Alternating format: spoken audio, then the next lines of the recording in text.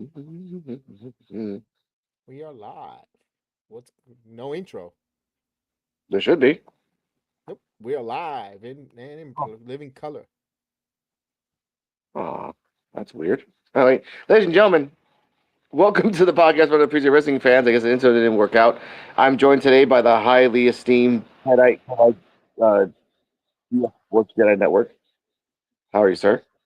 I'm well, man. Happy anniversary. Thank you for having me. I needed to stop by, just to wish you guys a happy anniversary. Be part of this commemorative, festive of Saturday night wrestling talk with the podcast of the unappreciated wrestling fans. No, I appreciate that, ladies and gentlemen. And to give it context, technically it's 3.5 years, but one channel got erased by YouTube because of controversial things I said. So I technically go off the 3 years that from today, August 22nd of today, that it has started the podcast of Unappreciated Wrestling Fans. We have lost members. Obviously, BMAC is doing his own thing. Courtney retired from wrestling. Tim is doing Tim things. And the man who shall not be named, still shall not be named, is just doing gaming and just gave up on life. But today, we're going to talk about the 3 years of what we started, how it started, what have we learned, and what have we done in between. My members of the P.U.W.F, Kane the Destroyer, D Walk from NXT Time with D Walk, and Joe BNCO will be coming in soon. And hopefully, special guests. Shout out to the Misfit Nation podcast. Shout out to Black Couch Booking. Shout out to Sports Wrestling Super Friendos. Everyone. Because of them, we are growing for anything else. So, um, the origin of the podcast on Unappreciated Wrestling Fans is based on that I used to be on another podcast called the Midwest Marks Podcast. And they picked us up. We were just all ragtag bunch of people really talking about wrestling as a whole. Just talking about AEW. We had interviews with other wrestlers. We had competitions for the belt. And it was fun. The exodus of it was not. The host decided not to do this anymore and kind of threw us all to the wind. And we were all lost, all of us. But we all knew, especially me, we all had purpose. We all had a purpose. So I called everybody in and said, hey, let's just make a podcast. Like, we're all unappreciated because they don't appreciate us. So let's just call ourselves the podcast of Unappreciated Wrestling Fans because we're all fans of wrestling. Wrestling fans should be unbiased. It should be talking about the truth. It should be talking about what life is as wrestling. And that's what I started with. And I am the founding member, but it was based on four of us because BMAC, I love BMAC, but his reception has been shitty for years. So it was hard to connect to him. And Courtney was dealing with her family too, so she left. And Tim decided to become a park ranger for some weird reason. But good for him. I'm happy for him. Um, and now for what we had for 3 years, and we used to cover AEW, ladies and gentlemen. We did. We used to. It fell off after AEW started copyrighting us. Then we started going to NXT because that D Walk's like, let's talk about NXT. We started doing NXT time with D Walk. In the beginning, yeah, it was kind of wild, uncensored, uncouth, but it got better. We started talking about Elevation and Dark, really talking about that because I used to be a great avid AEW fan, avid, and then I kind of fell off when I had a kid. Life's life. Now, after 3 years, and being banned from Fightful, being banned from Brooks Jensen, being banned from Malcolm Muscle, being banned from various other wrestlers and people around the world, being laughed at by children, being laughed at by other content creators or so-called content creators, we are unequivocally, unofficially, but unequivocally, the number one WWE Evolve podcast in the world and the number two WWE Evolve podcast in the world. Shout out to the Wrestling Super Friendos for that. We we have broken news. We have done a bunch of other things. We have ironically on tape called out numerous things that's happened in wrestling and never got the credit for it. And again, we don't want money. We just want the recognition of us doing the job of being wrestling creators. We're not big guys who have major networks behind them. We're not. But we're not Fightful who are kiss asses, and we're not, Brian Alvarez or all the other guys that make shit up 1 out of 5 times. The PWF is based on people that really want to join us and talk about things. Right. And that's why I met Kevin. Kevin saw that I loved wrestling. Kevin saw that I wanted to talk about wrestling, and that was the purpose of it, to meet people, not to be egotistical, but to actually meet people and get to connect. If it wasn't for him, I probably would have never met Jeff. If it wasn't for Jeff, I probably would have never met Hear These Thoughts and EOD and Shauna and CJ and Terrell and Coach FCW, which I thought he's from the UK. He's from South Africa. Never met a person from South Africa. It's funny how life works out, honestly. So Kevin, what was your how has it been knowing me for 3 years for this wrestling business? Well, I know you longer. Remember, I've Yeah, said of this course. many times. I've said this many times on our channel, and I now I could say this with you together on the stream.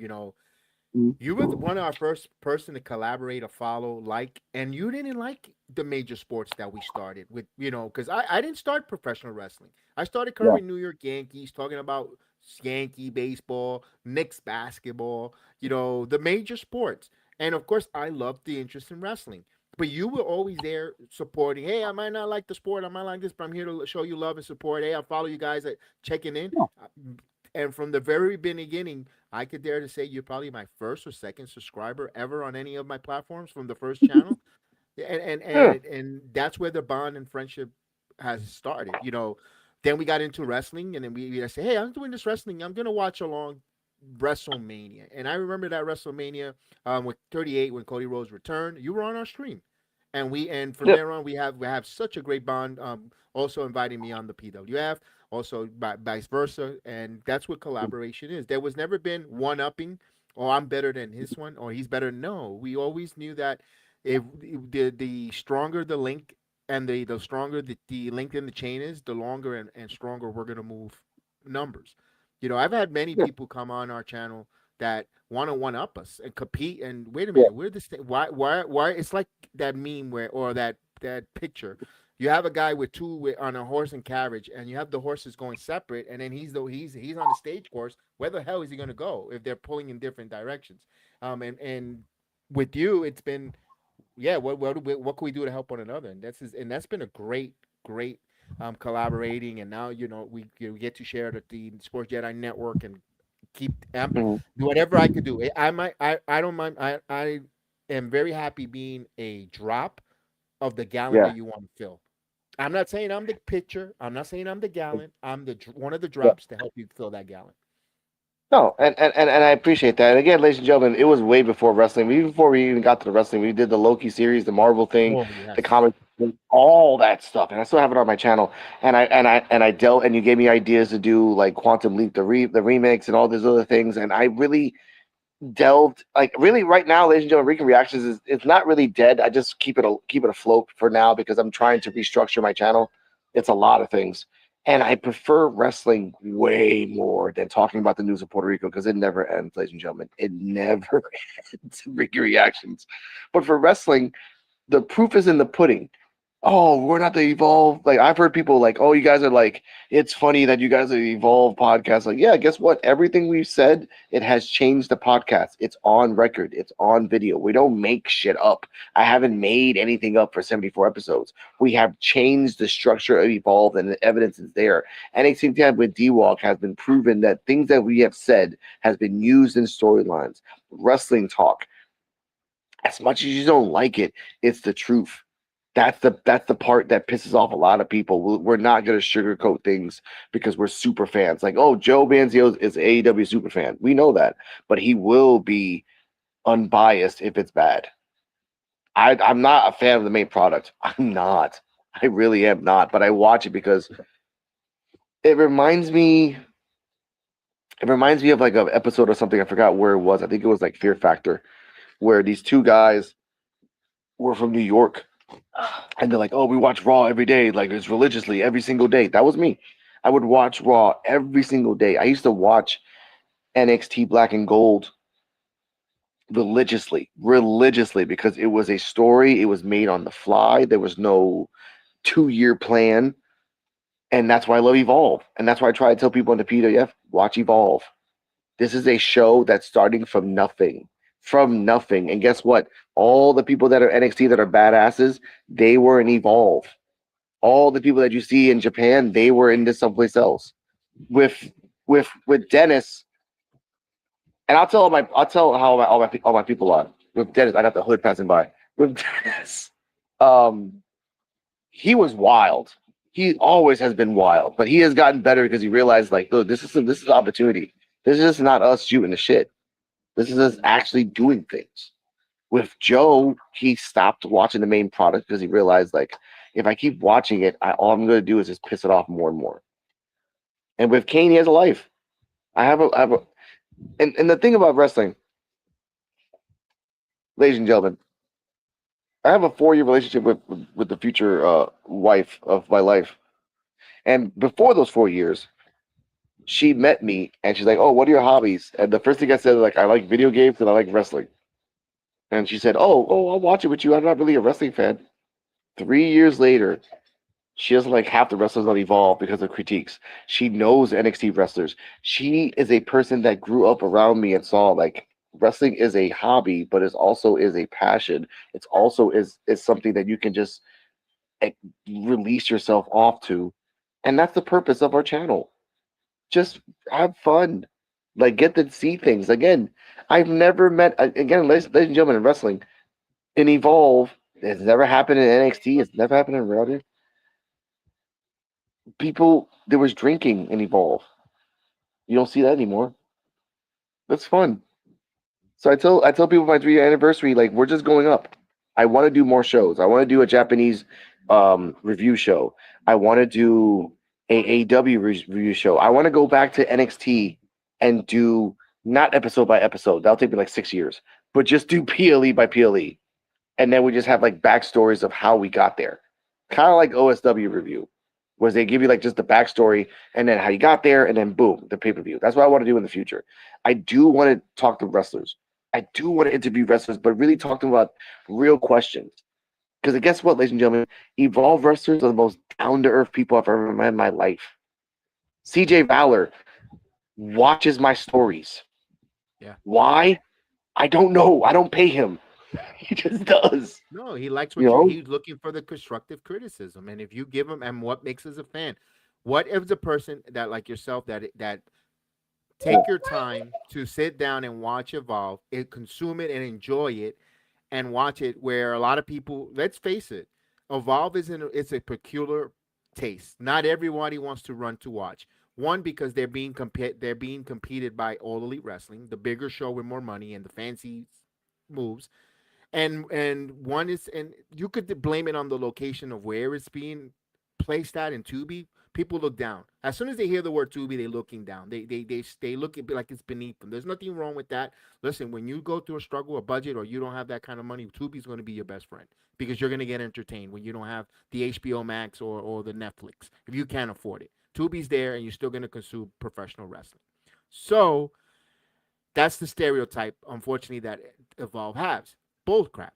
Because you're taking Yeah. your time and you're watching and you're enjoying the early journey stages of these professional wrestlers. Like the way I Yes. remember how we used to talk. I used to, like, before when we first met, how much I used to go a lot to 2.0, and everybody would clown and crap on the 2.0 brand. Oh, that's comic. I remember Wrestling Inc. Not to throw names there, and the NYDYC EMA, Justin Labar and Alfred Kilowog and the other clown. They will clown it every time. I used to listen to everybody. I used to get mad. That would fuel me to review this stuff, because they would call us, oh, the people on the NXT crowd, they're drunk. They don't know, motherfuckers. You didn't know that they didn't give us nothing but water. Like, yeah, I used to hate that, the stereotype and and then again negativity of the NXT 2.0. They would shit on it, so that would drive me passionate. So I understand where you're coming from, where people get that stereotype, that negativity about Evolve, but you're enjoying the journey. Now, I sit there and I watch Roxanne Perez on Monday Night Raw, and I'm so proud because I saw her every one of her very first matches. Also Braun. Also, all these wrestlers that we've seen, all these people from the Trick Williams is killing it. I saw when Trick Williams was nothing but a ball boy who used to come out for Carmelo Hayes and Valet. Now look where he is. I could say he could overpass Carmelo Hayes. I love that journey, and I understand why you do that, Evolve, and why you watch CJ Valor, watching a Sloan. I saw Sloan when she was in the knockouts. tournament the first time around in NXT. Now she's back Yeah. with Raw. I saw Nikita Lyons when she first was Greenhorn. Now seeing her Mhm. where she's at her development. I'm with you. I see the ride of the wrestlers, and I like to enjoy it, and I feel like a proud uncle to when I see these Yeah. wrestlers, even though we're not related. But the time you invest, you're Yeah. investing in them like a family member going to a little league game. Yeah. No, and what's the saddest thing is the ironically sad thing is AAA and Evolve are the only two products of the main show that are consistent since episode one. The only two. NXT makes up things every week if they go along because they don't really know what the hell they're doing. And the main roster, we're not even going to get the consistency there. There never is. But Evolve has been consistent since episode one, so much so. An example, the journey of Wendy Chu. She's been losing a lot in main event and different places like that. But in Evolve, in the whole little parallel universe, they're setting her up as the only person that could take the belt off Nikita Lyons. Why? Because in Evolve, which, ladies and gentlemen, here's a nice little Easter egg that I just found out a few days ago. I didn't even know this. Ryan Katz was the original announcer for Wrestling Society X. I We didn't know got that. him. I didn't even know that. I'm like, we got the original announcer for Wrestling Society X. The weirdest thing that never, like, oh my god, come on guys, come on. Like, oh, you guys got Mike Rome. You guys can suck it. I'm sorry. I'm sorry. But in, like I was saying, in Evolve, they're setting up Wendy like, yeah, she's the only person that can nick Nikita because storyline wise, in Evolve, there is a thing called Final Evolution. If they finally leave to the main to NXT, they have to have one last match. They have to before they leave. That's why Aaron Rourke hasn't left Evolve yet because he has to do one last match. Wendy Chu, one last match. That's the point. I know that. And shout out to Joe BNCO when he comes in. He doesn't watch Evolve. I get that. But I tell Joe and everybody else, if you watched NXT Black and Gold from its inception, from 2013 to 2019, that's why it's so fucking good. And AAA, by the way, talking about Roxanne Perez, they're sending her to AAA. Drake Moreau sending her to AAA. Elijah Holyfield sending him to AAA. Why? Because they realize this main roster shit ain't working. Let's go to AAA. Joe BNCO, the founders of the P.U.W.F. How are you, sir? Joe? He's got a serious look. Why so Yeah, serious? he got he'll come back. But that's what I mean. It's just things like that. You got to get better. Like I want to start watching AEW again, and I have the right to do it. I have the opportunity to do it, but I just don't do it because really I don't have a lot of time. NXT, Evolve, and then sometimes Raw, and then sometimes and now I can watch NXT at 8 o'clock. I don't have to wait till the next day. It took you Right. 3 years. Oh, 3 years. that was a little bit of a rough one. If you didn't have the if you weren't able to have the CW network, now you can get on the No, ESPN. I don't. And now technically you can see it now. I'm like, oh, thanks. Thank you, but okay. But you can't see SmackDown on Disney Plus. I kind of get mad at that. But either way, um, but back to this. I am glad for my teammates for doing the best that I can. I'm glad for my teammates for doing everything that they can to be bigger and to be better. Like that's why I tell people, like, like you don't have to like us. We already had somebody hate on us like 2 weeks ago, and then like, oh, you guys are stupid. Then months ago, as you remember, that those two Hmm. douchebags that wanted to say that, and then before that, like before and before and before. Now we come to a point where we get angry for like 5 minutes, don't care about it anymore, and move the fuck on in our lives because again, it's just wrestling. It's not serious. It's not going to be life threatening if we talk about things. You guys have to remember that. Guys, don't take it seriously, honestly, because I'm not. I enjoy watching my product. I enjoy talking about it. I enjoy reviewing it, like it or not. There's a lot of wrestlers I don't like. There's a lot of people that I don't like, but I'm going to watch it because that's all it is. Because honestly, it's hard to find dodgeball or anything weird on television. So I like watch wrestling. See, that's just me. That's just me. And for all my other teammates, I'm thankful that they're here. I'm thankful that they're around to help me and I help them and we grow. That's the purpose of the 3 year anniversary. I just want to tell people like just have fun. Talk to us, man. Really. Like it's just gonna go up from here. Honestly. Like it's great things next week. Wrestling is just wrestling. And just be happy. Why aren't you guys so angry about wrestling? The IWC is so toxic. We're not.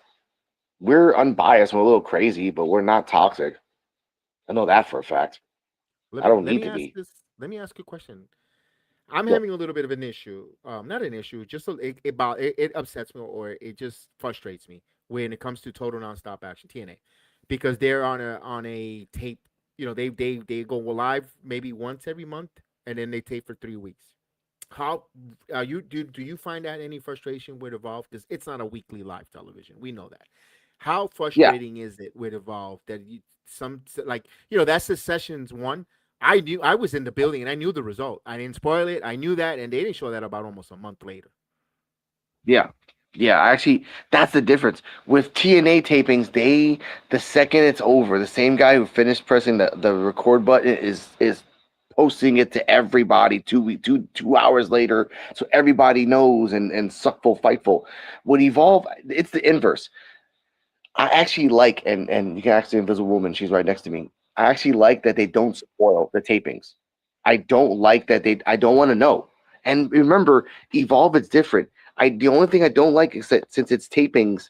Oh, we got Joe Biancio. Here we go. I don't like it because Joe, are you there? Yeah, yeah, I'm here. I'm here. Hello, sir. Let me finish the sentence and I'll introduce you. Um, with Evolve, I like that it's taped because we don't know the results.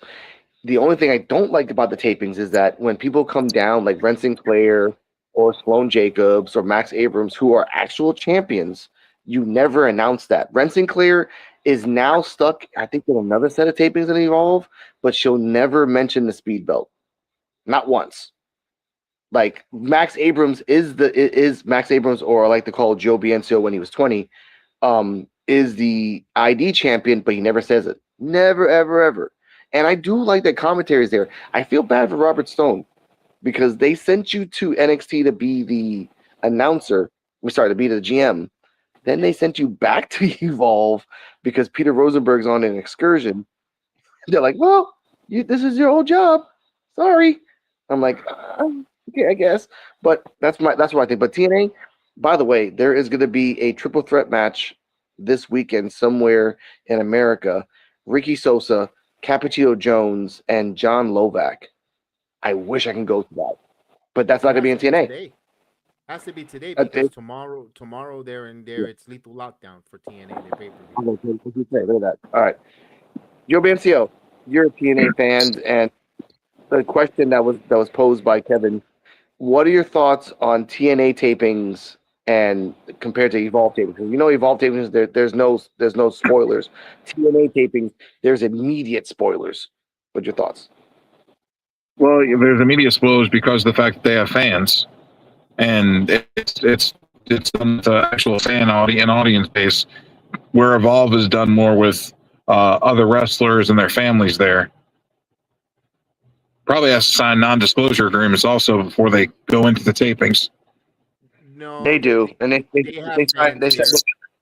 They have fans yeah. there, guys, because I could get on that list and I could go. I just choose not to, because a lot of them. Oh, If you look at NXT Tuesday nights, a lot of the people, a lot of the same people go. Yes, there's families and some people wrestlers, yes, but there is also a handful of people that are But, also NXT faithfuls.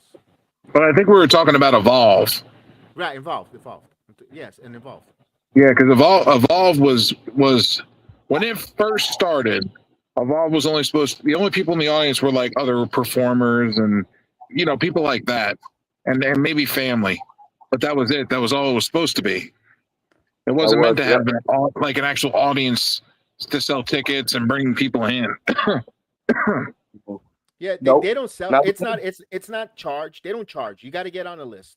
Just like NXT every Tuesday night, you got to go to the Facebook list, or NXT sends you the registry list if you want to go. If hey, you would like to attend, you have to send. You got to sign up, sign a waiver, like you said, but it's not a non-disclosed waiver. Just a waiver if they're not responsible if you get injured, yada yada, all that nonsense. yeah. You don't get to bring your car to the parking lot. You have to go to Full Sail to get the bus to usher you over and all that stuff. That's the way for NXT and as well for Evolve. There's plenty of time. The same people that could get me on that list for NXT also wanted me to, if I want to, anytime I want to go to Evolve, just let them know and I get on that list. So Evolve is not a paid show, but it's not going to No, be the amount of attendance wise as an NXT live. no, They control the no. attendance there. It's under 100, which Yes. I understand. That's actually the way to go. Like it's under 100, but it's so hard to get like to really get a ticket. Honestly, and that's why I get so mad about that because like I really want to go, but like they send me an email and I have to like commit to fly to Florida. It's It's not a full sale. it's not even that. It's the fact that you get like less than a day's notice. Like they Yeah. tell you the day of or the day before. I don't live in Florida. I gotta fucking buy a ticket. Because they don't know that. Next time when you got to give me the right dates, I got the right person to come to put you on that list. That's all Yeah. they have to do. Now you know. I got the right person to put you on that list. Living here in Orlando, Okay. Florida, trust me. If whenever I want to go to NXT show, I got a list. I just go and I know who to go contact the right person to put the name on the list. You just got to have your All valid right. ID, So, so your name will be on the list. okay. I got a passport. That's all that matters. We'll go over there. But back to TNA and Evolve. We'll talk about that later. But back to TNA and Evolve. Even AAA does pre-tapes as well. But again, you don't really you hear like, oh, Drake Monroe's gonna come over here and Roxanne Perez is gonna come over here. Which, by the way, Roxanne Perez, go there, never come back. You don't never need to come back to truth. Like you did your thing in Raw, you debuted, you were a tag team champion in less than a month. Go to AAA and do something over there. And Drake Monroe, you're with your girlfriend over there. And Elijah Holyfield, I don't want them to take them away to AAA. I understand why. It's a name. It's a name. He's a name and he's getting better. I just wish he would stay and evolve. That's just me. Like Mr. Joe Biancio like differs from that, but that's because I like him. He's getting better.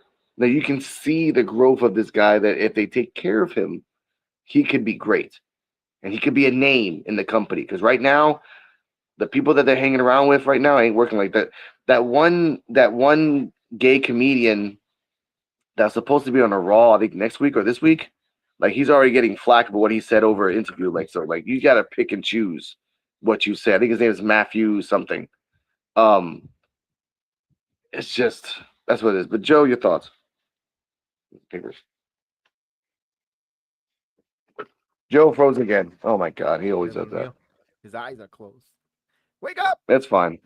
Go to That's fine. He's like, blackoutcoffee.com. Use my promo code SportsJedi20. Get some blackout coffee. Okay, Joe. no, but I get that. Like, just and think about it this way: if since you watched NXT more than me, shout out to Jeff, and the Garden of Thought. Like Jasper Troy is supposed to come to Evolve, and what can you do for these NXT people? Because honestly, like Michael Lockwood is getting traction for doing that special that she did lately. Like, but then you look at Layla Diggs. She just got out of injury. They boosted her but NXT too early, and now they're sending her back to Evolve, which pisses me off. This is me. What are your thoughts on that? Following. She's got a good following for Layla Dig. I guess they wanted her to get more reps. I guess I see that. With Jasper Troy, I'm a little afraid that September's coming around and NXT tends to cut some of these NXT talents. I'm afraid for Jasper Troy. I'm gonna be totally 100% honest. And Skylar Ray. Yes. She's just doing some traction to Evolve. She just got to Evolve. I don't see a future. I'll be honest with you. I don't see a future in that young girl. Yeah, she's not that. She doesn't like. And I'm nothing against Skylar Ray, ladies and gentlemen. She just doesn't have the it factor. Something about it. Like Ren Sinclair, I love Ren Sinclair. She was more vicious in Evolve than she has in NXT. And that's saying a lot. And you've been in NXT for like 3 years. Like you should have had like great matches. She hasn't had a great match in Evolve in 3 years. The only great match that Thea, for example, has had was by accident against Blake Monroe. It was the only one. And then, and the one about that earlier today too. Yep, I feel bad for her. Like that's another one that might be like future endeavor. Who, Thea? I don't know. I think they have invested. Joe, we can't hear you. I don't know if your mic is out. I know Joe wants to say a few words, and we want to hear from Joe. Yeah, of course. As Joe's He'll going get to there. return. He's going to reset. Yeah. He'll reset. He'll reset. We for the talked most part, about it yes. earlier. We had you. I don't know if you recall NXT. The young man that used to have the always wear the fan slash wrestler who had the New York Mets always had the big Puerto Rican flag at NXT in the front Yeah, row. That's Bobby I thought it Waters. was decent. That's a good friend of ours. We had him on, good friend. We became real good friends because of NXT 2.0. We had him on the channel Yeah. earlier today. He goes now he sits on away on the hard camera side where you don't see him much on there. You can see him when they do certain. Just long story short, he came on and we talked about Thea Hale, and the frustrations with her and the way her growth. He loves. Everyone says good things about her. There's something missing with her. It's sometimes the creative when it comes to the NXT brand with the coaches. Joe's Yeah. back. Hey, Joe. Can you hear me? No, Joe? your microphone, brother. Mike, you. Check the Nope, settings can't for hear the anything. microphone. Check the microphone settings on your phone. I think it's having your. We Yeah. cannot hear you. No. Come in and out. Get home, man. Get home first, Joe. Go. But speaking of Thea Hale, can't hear you. Speaking of Thea Hale, like I feel bad for her. I don't think she get Her, future endeavor. I don't know. I don't see that. I don't see that. I think she's. I think they like her. She's been working. Look, they invested her since 19. yeah, She's that's that 22. that that. I get it. I just feel bad for Jada too. Jada and Zarya as a champion right now is not doing anything. And then you had to find a weird way to unify the speed and the North American. You didn't have to do that. You didn't have to do that at all. I But you're agree with doing it that, to man. bring them. Now, I have a theory on that because again, Shawn Michaels said before 2026, like Ren and Kendall are meant for big things. He did say that. I have this weird feeling, not really gonna happen, but I have this weird feeling where Ren might win the North American, and then we just do a Kendall versus Ren type of thing. Like I don't know how like they can botch it up because they can, but Ren has to turn evil. Either Ren turns evil or Kendall turns evil, but it's not going to become a point where you're just still stuck on this. You have not that many women on the women's division in NXT, especially for the fact that Nikita is hanging out with a person that's not even a champion and you're a champion. Why? Why? I get it. She's the boat. I get it. But you're a champion. You're a champion that she has not been for years. Why? Like she should be following you, or at the least tricking you to give her a title shot so she can take the belt. Maybe that At the happens. least. Let me ask this here. I see No. more. I don't see Ren as the heel. She's too Mm. happy. Her character's so fun. I think it's Kendall's going to be the heel if that happens. And I've been saying that one of them is going to turn. I thought Ren was going to turn on her when she was going to first get that title against Lola. I was like, ooh, Ren might turn. But I go, no, they're really going to lose a lot with Ren. People like Ren. They like her character. She does great stuff with Ren's Day on Instagram. She does all this stuff. I could see the one Kendall because me and Haas, hopefully he joins us in a little bit. Me and Haas says, I'm gonna be honest with you. Kendall's a hell of a wrestler in ring, graps. Character wise, I think she's boring. She's boring, yeah. Oh yeah, she's always been boring. She was boring in Evolve. She's never been a good talker. Cardi can attest to that. She's like she talks like she's just from South Florida. Like this not Jada? really Blueberry? yeah. She hasn't been that good. No. Like, you wanna fight? Let's fight. Like, PJ Boss the same thing too. Everyone in Evolve is not a good talker at all. Like Dia Hale came out like Stone Cold on Wednesday. Like, oh yeah. I'm like, all right, whatever.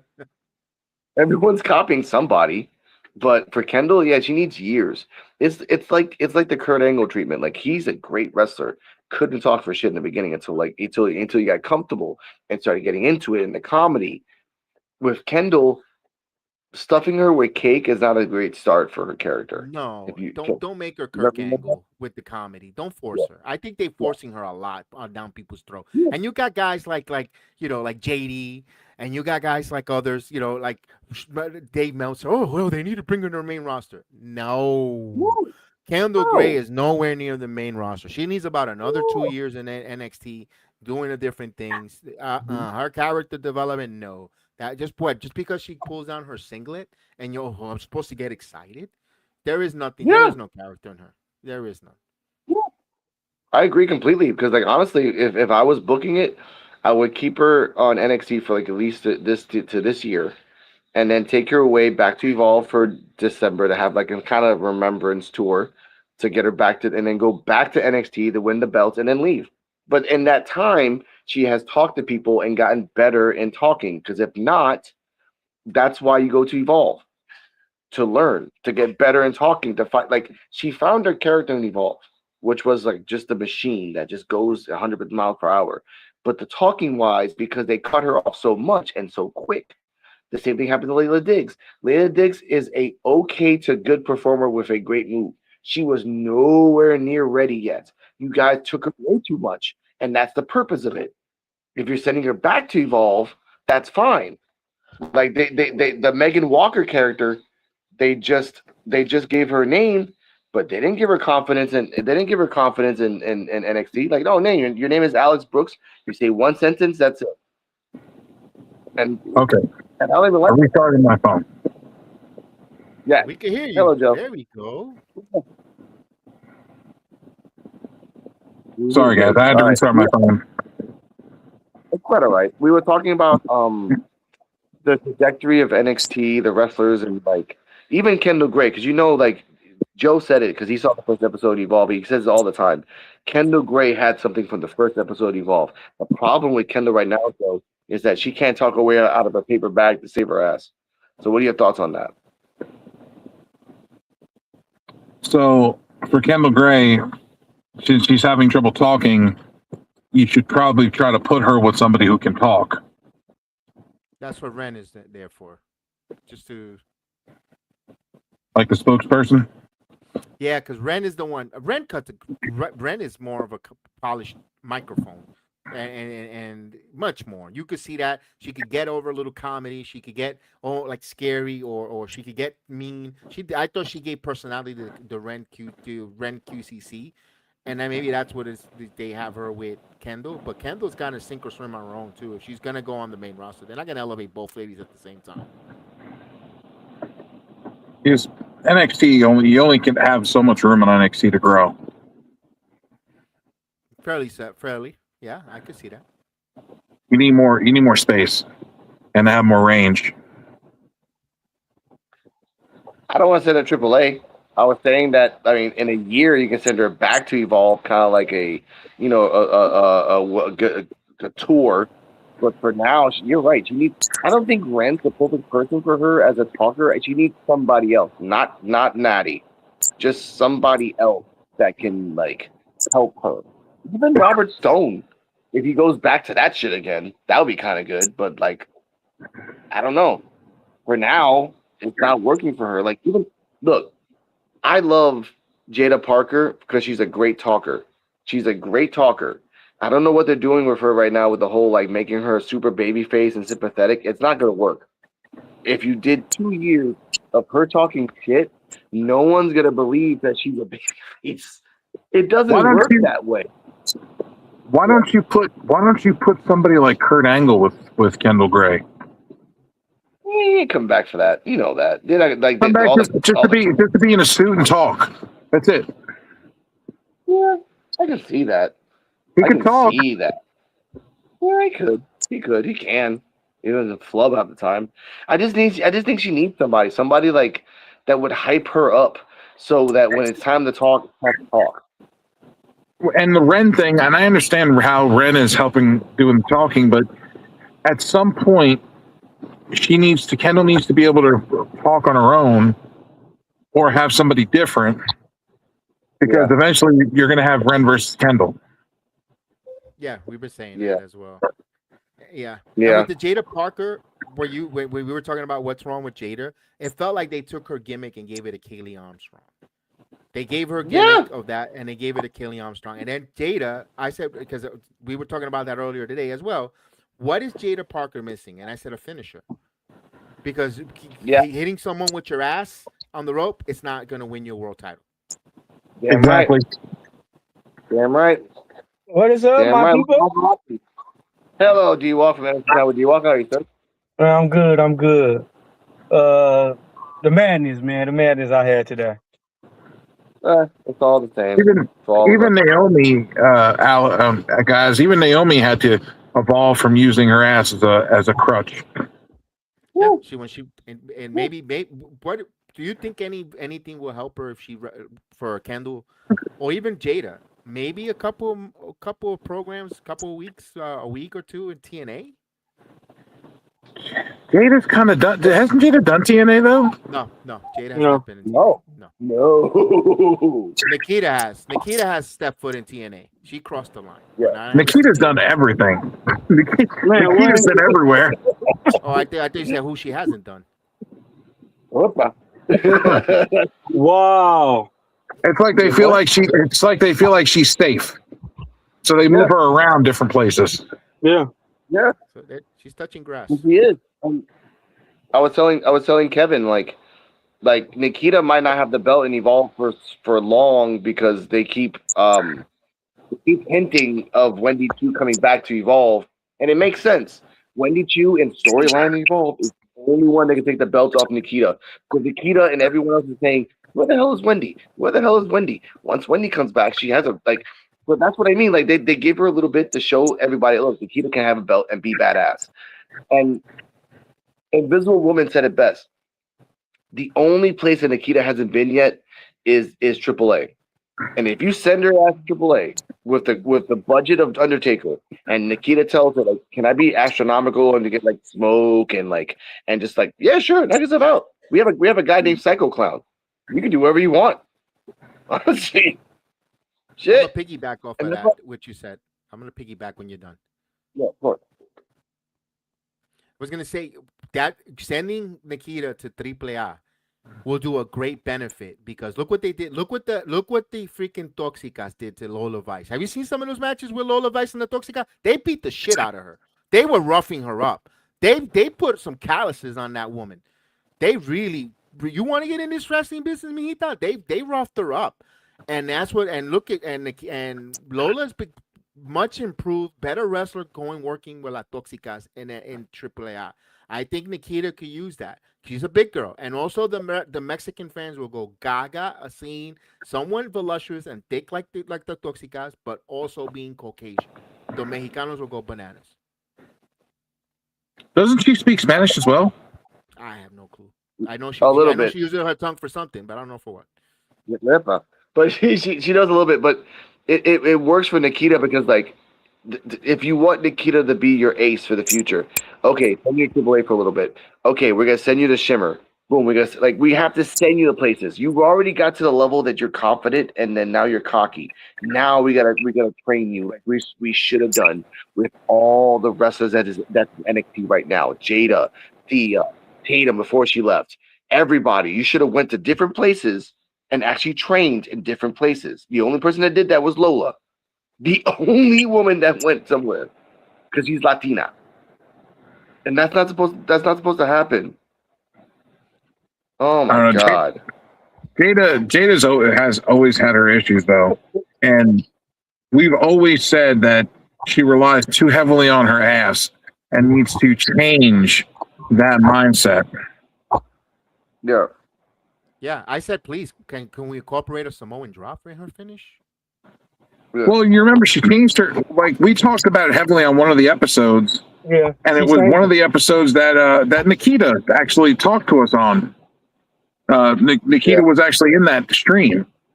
And the following NXT, Jada changed her finisher to something else. It was like a spike buster, a sit down spike buster. Yeah. Yeah. Kind of like a driver. Yeah. And it went well. Driver? Like a Hoovy driver. Okay. There we go. Yeah. Yeah, that's the after one. Yep, like a Hoovy driver. Or a snow plow. More or less, yeah. I think that looks more stronger because she's not big. I'm not saying she's overweight, but she's a strong looking woman to put that person in a finisher. That's not going to really hurt her. That's why I said a Samoan drop. You know, something that looks like, oh, that's a finisher, not the win out of a wrestler. It would work. Samoan drop into like a trust ball. Boom, a Samoan drop into like, don't do the yam slam. Like Tina does the yam slam, and it's just funny sometimes when she misses. But with Jada, do something like the women that are in now in NXT, ladies and gentlemen. And let's just focus right now on NXT women right now, ladies and gentlemen. Like, the women that are in NXT for right now are desperately like, I love Lizzie Rain. She's really cool. That's like seeing Tyler Bate in NXT, right? Like, oh, cool. It's for a moment. That's it. Like, she needs to do something different and then have a storyline and make something. Because if not, you're just a trick pony. Sorry, but that's not what it is. Izzy, for God's sake, stop wearing those green tassels. Be serious. Stay away from Nico Vance. Do something. Because right now, it seems that Nico Vance is the bitch and you're the bull. Mm-hmm. I don't think that helps him at all. I don't think it helps him at all. Nope. So just, it doesn't. I say that every week. Why are you following her? Why? What does she have on you, dude? The fuck? Maybe he's going off the dynamic of being a cuckboy. Could be. Because They like, never see that. where's Sean Spears ain't doing nothing right now. Let's turn to the guy. I want to talk about this because this really bothers me. They never should have broke up the calling. No. Brooks Jensen. No, you know what? I actually disagree because Brooks Jensen's having the time of his life in Evolve. He's having fun. He has found his character, which is a 24-year-old boy who thinks that he's born in the 80s and knows all about 80s wrestling. That's Yeah, his but character. what about Sean Spears and Nico Vance? Sean Spears they just got him doing whatever, and Nico Vance, he like cupping over fucking Izzy Lane. But guess this though, Sean Spears came in, won the North American belt, lost the North American belt, and now he's a trainer. We should have expected nothing but that. Why are we surprised? Yeah. I was surprised they actually put him back on TV. Yeah. But here's the Surprised thing he's that I not. see. That whole culling, doesn't that remind you of Schism? They brought in, they do a lot of copy and paste, almost the same gimmicks, and let's try with this group of folks. You know, it felt like Izzy Dane became Ava, and what's next? Is he going to be the general manager? It feels like they just took that. Look, Joe Gacy, when he had Harlem, was it Harlem or Parker Brodocks? Now and then Parker Boudreaux. Parker Boudreaux, and then they put that was cool. And then Boudreaux, whatever reason, they got released. They removed them. They left the company. Whatever happened to Parker? I mean, that's a guy I wish he was on a major television. He is too talented to be where he's at right now. But that's another conversation. My point Parker Boudreaux is a world champion right now, isn't he? In the independent scene, but he should be on a major television. There was no reason why TNA should have to look at this guy coming in there for the men's division, the way he works, and AEW, they didn't know what the hell to do. But that's another. He was there. I know that gimmick with Swerve and the other guy really didn't work out. It wasn't a good mix. But he should be on a major television. I wish the WWE would have brought him back. He looks. Look, if I'm AEW, I would have put Parker Boudreaux with Wardlow as a tag team. Hell's yes. Those two big dudes as a tag team, Jesus. But then they're too high for the height line. They're just too high for the AEW height line. They're too tall. They can't be here. The Tony Khan says they're too tall and they're not my cup of coffee. He doesn't like the big guys. This is why it's the stereotype that they have, but the proof is in the pudding. What I wanted at was we were talking about the don't you see a lot of similarities with a lot of gimmicks with a lot of these NXT wrestlers? It feels like they're copy and paste and repeat a lot of the same gimmicks. Yeah, but they do that with the main roster too, Kev. They do it with the main roster too. They do this rinse and repeat, recycle shit on the main roster all the time too. You not notice it? They're with the tag teams. I can say that about the tag teams. I don't know even with the singles guys. You can't use the bloodline. The bloodline is a whole different avenue. It's different. Really? It's different. NWO. I don't know about too much on that one though, but come on, man. I can see your point, but I don't. They're bringing in a family and they're having them run roughshod over the entire company. They're doing the same thing the NWO was doing. But here's the difference: the NWO was nothing but strangers. How is it? You don't understand. This is probably where the culture, and no disrespect, this is where the culture clashes comes in.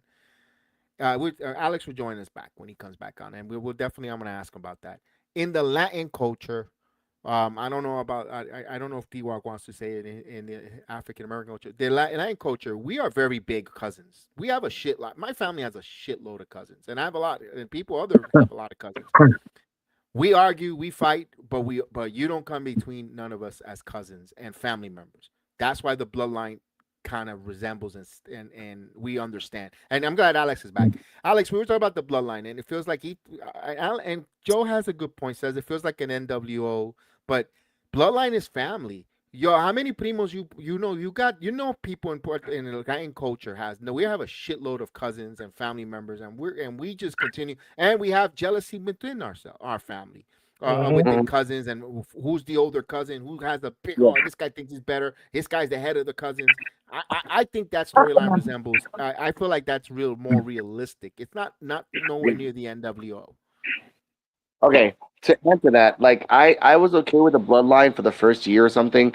Then after the second and third year, realizing like you're gonna milk Roman Reigns until his last day, and I get that. I understand that why, but you're still burying Jey Uso publicly because now he's never gonna be a main event. Jimmy Uso is just a tag along. Fatu can be something great. He just needs a set of storylines and something to be a single star. You got Solo Fatu, who inadvertently, ironically, became The Rock, so that works out too. And then you have Zilla. The problem with this bloodline is that you'll never stop getting cousins. That's the problem. You'll just never stop. And if we're going down bloodline gang wars, why can't we have gangs in freaking WWE? Why? Because remember, NWO didn't just have the NWO. NWO had Red and Black. They had the Four Horsemen. They had the Alex, Red and Black didn't come around for years after. Yeah, guess what? The bloodline's been around for years now. It's time. And then they did that. They did the Red and Black version with the MFTs. They did that. But guess what? The higher power that was not Vince Russo said, you know what? I brought them in. They're boring. Bye, bye, bye, bye, bye, bye, bye. That's fine. That's fine. That's what I said.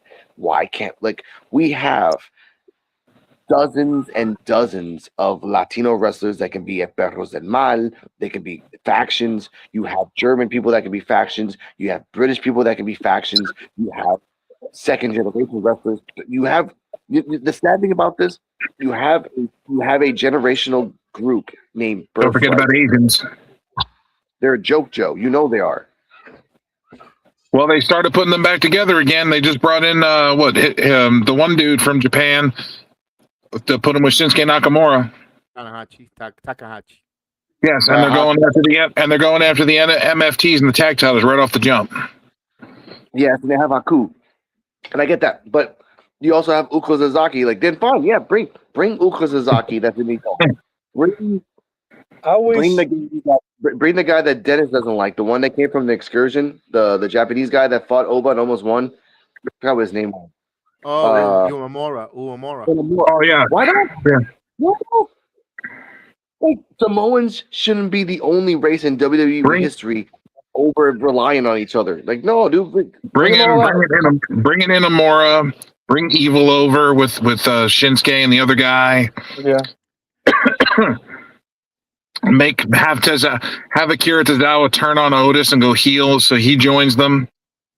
Here's the one thing though that we had Bobby on earlier. He says this, regardless or not, think about this though. You give a microphone to a Samoan, they could cut a fucking promo. You give a promo up the microphone to Shinsuke or some of these other they don't talk. You can't get them. You don't like. They can't. Yeah, you're right. He's right though. I want the Street Profits to leave, man. They doing the Street Profits. No. Right now, we are in the most unique prospect of wrestling. Now we got sneak disses because Montez Ford is sneak dissing Jey Uso. Make that into a storyline. But right now, But you know as well as I do that the tag division in WWE is shit right now. Yeah. There are reports that they're going to revamp it now. How many times have we? We I don't just have faith. seen. But We just Yeah. seen. One time. But we just seen MFT wrestle Damian Priest for 3-4 weeks until they won. We just seen MFT wrestle. We've been seeing the same goddamn tag teams wrestling each other like it's no other tag teams. Yeah. And Kev, how many times have WWE revamped the tag division over and over and over again, and then they keep firing all the tag teams and they do it again? Because Yeah. I've Yeah. said this, I don't know if you heard me. This might sound like a repetitive, redundant, or I'm repeating myself. I think the WWE brand or the modern day professional wrestling analytics, whatever nonsense you want to call it, they don't Yeah. value the psychology in tag team wrestling because No. Nope. you could put any other person, or when it comes to the men and women, they see the same thing. And listen, tag team is you got a workhorse who's going to work the whole match to try to build to the hot tag. The heels are going to circumvent an attack and beat the crap out of the one wrestler. Then the hot tag comes in, or the referee turns blind and don't see the tag, and the crowd goes, oh. Then you get the hot tag, and then you see the comeback, and he gets all fired up, and he starts a house of fire, beating up on the heels. And then the one that got his ass kicked for the whole match comes in. All of a sudden, he had a Sensu being in the corner, and he's ready to come in, and he's running to kick ass. And then then back again, and then the match is over. No matter which four men or women you put together, it's the same psychology. I think the WWE or the modern day professional wrestling companies, they find it boring, which I find it nonsense. Tag team wrestling could tell great stories. Bro said a sense. He said a sense of being out of everything. He said a sense of being. That Seriously, was a think good one. about it. They like That was a good one. That was a good one. No, but I feel you. And I understand what you're saying. Also, there's another thing that I'd like to ask, and I want your opinion on it. What do you think about the reports that TKO was at Dynamite? yeah. Hey, how much is going to cost to buy this show? Well, That's all I- that either that or maybe they're like, hey, let's try to work together and make something. Yeah. Nah. Bow down to the king, because you got no television deal. You got your app, but you got no television deal. I'm TKO. Everybody has a price. They're living the gimmick of the $1 Million Man. They want to find out, Khan, how much is it going to cost me to take this company from you? And it's true. After Disney, He won't sell it though. No, he won't. He won't. No. He'll die on the hill on that because that's TKO. But that's the point of this WCW as well. Like they died on their hill because they made so many mistakes. I'm not saying AEW is making mistakes. I'm saying that for now, we're in an era of wrestling that people are actually competitively trying to stop other people. Like you said before, like Evolve is the contact with AEW. It's a dumb idea to do that, obviously, because no one's gonna watch Tubi instead of AEW, and that's sad. I get it. And ladies and gentlemen, if you don't watch Tubi, that's the saddest thing in the world because I have seen like 10 to 12 classic movies that I have never seen in the last 20 years for free. Man. Tubi got every fucking I thing. love Tubi. Man. I love Tubi. Oh, yeah. Tubi sponsor us. But I love Tubi.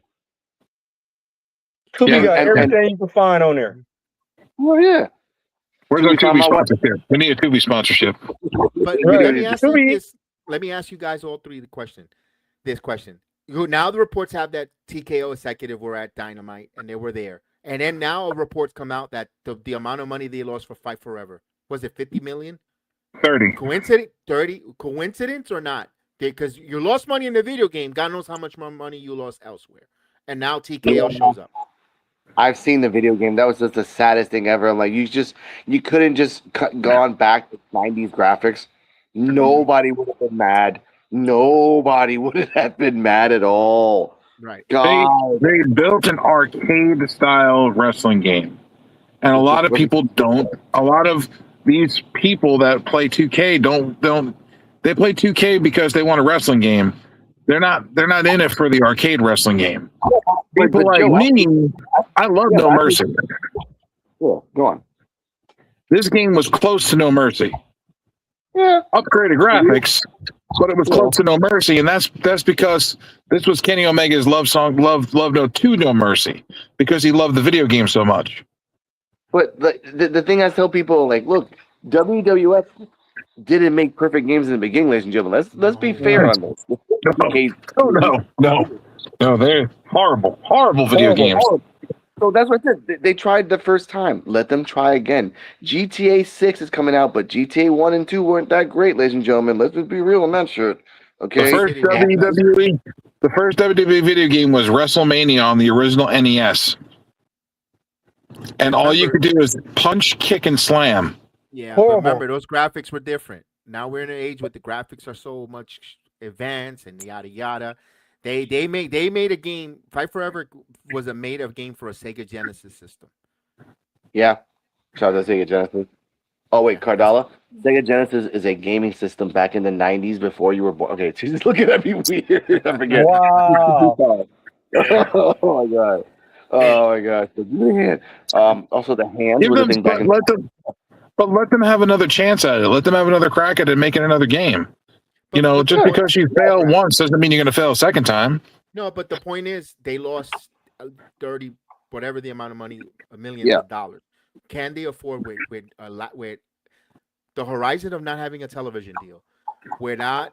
They're the only ones on pay-per-view. They're real and bread and butter, so forth, and not knowing what their future is with all these bloated contracts. Can they afford to try to do another video game with the loss Yeah. and take another loss? Yeah. I think You they say can. do? I don't think they can. I don't think For they can. now, no. Next fiscal year, maybe. Not now. I mean, like I said, bro, to me, Tony Khan got money because his daddy. Okay. But his daddy wasn't the one that made the storylines of Orange Cassidy and Moxley and all these. No, all his daddy did was make the money. Tony Khan, like it or not, ladies and gentlemen, was the one that had the vision. It hasn't been 100% a great vision, but guess what? Max Caster and these guys came from AEW. They broke the mold on talking shit for years. Did WWE try to do that? Yes, and it failed miserably. But that's the point of wrestling. You look at one other place and say, wow, that's pretty cool. You look at another place and say, wow, that's pretty cool. In AEW, like it or not, like I say, like it or not. And I always tell Carvalho, in the first 3 years, it was magic. It was something that no one can ever imitate, ever. Yeah. And I tell go on. I tell people all the time that what they need to do is they all need to get their heads out of their asses, collaborate together, and do a real Forbidden Door. Yep, Avengers X-Men style. Like really, I mean, if you have WWE and all their organizations, NXT, Evolve, AAA, and then you have AEW with all theirs, with Ring of Honor, CMLL, New Japan, and you do a real Forbidden Door, like that would be amazing. Yeah, tell Paul Levesque to get his head out his ass, bro. You know how much money that would make? Man, they all eat. Everybody will eat. It's politics. Yeah, but it's not a Paul thing. It's a TKO and like different. Again, it's like if Coca-Cola and Pepsi would unite, which they kind of are in a weird way right now. But it took years of paperwork and lawyers and all this other shit. Again, like remember, AEW takes care of their wrestlers, and WWE as well if they're important. TKO is not about keeping loyalty to the brand. Nope. TKO is about making money. Stab you in the back if they can. That is why I believe they went to AEW. Was like, hey, can we try to work something out to where we do a collaboration and we do something so we could all make money? I think that's just a fandom, man. I don't think so. It's a dream. But really, hey, look, TKO is about making money. They're not about losing money. They're about making money. Of course. Yeah, but they billions. You could do, and they already billions down the hole. So if you could do a trip, yeah, they are. They're like what $4 billion in debt. But it's not because of the wrestling. It's because of the acquisitions of the other things like the bull. That super boxing is going to be the death of TKO if they don't get rid of that and the bull riding. They're using wrestling to try to subsidize all the other losses that they've had, and because they're doing that, it's causing them it's causing the WWE more problems because of the fact they're trying to cut salaries, send people, and get rid of people. Mm-hmm. And before you came in, Joe, Kevin talked about that too. Like it's coming up to September. I think you sent the picture to us too in the group chat. There's about 12 people that their contracts are going to be up in October. Like in the beginning of October, one of them is Gargano, one of them is Tozawa, one of them is a couple other people. And for Gargano, Bailey's contract's coming up. Then I think Sheamus. Bailey, fuck gone. I can put money on this in Vegas. Why would you stay there? Why? You can go to AEW and have the time of your life for 1 year until WWE. I'm gone for 1 year. I'm going to Europe. I'm going to backpacking.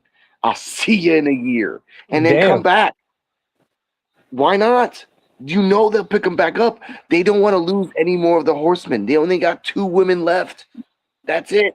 And Charlotte is so out there, and Becky's so out there. They're not really horsewomen anymore. It's just been Bailey and Sasha. But it's this only what I been don't get. This what I don't get, bro. Y'all fucking let Lara Valkyria beat the shit out of Bailey, put her out. She's written off. Now Lara Valkyria, she losing. There was really no elevating. It's the creative. That was the creative. That's not on the talent. That's not on Becky. No. But I'm just saying, like, Lyra, and that's not on Bailey. No, it ain't. But the storyline, like, to me, Bailey's supposed to be. Bailey's already a 4-time women's champion. Mm-hmm. I do not see Lara Valkyria not even being a 1-time women's champion, and y'all let Lara Valkyria bury the shit out of Bailey. Now wait a minute. I will contest to that.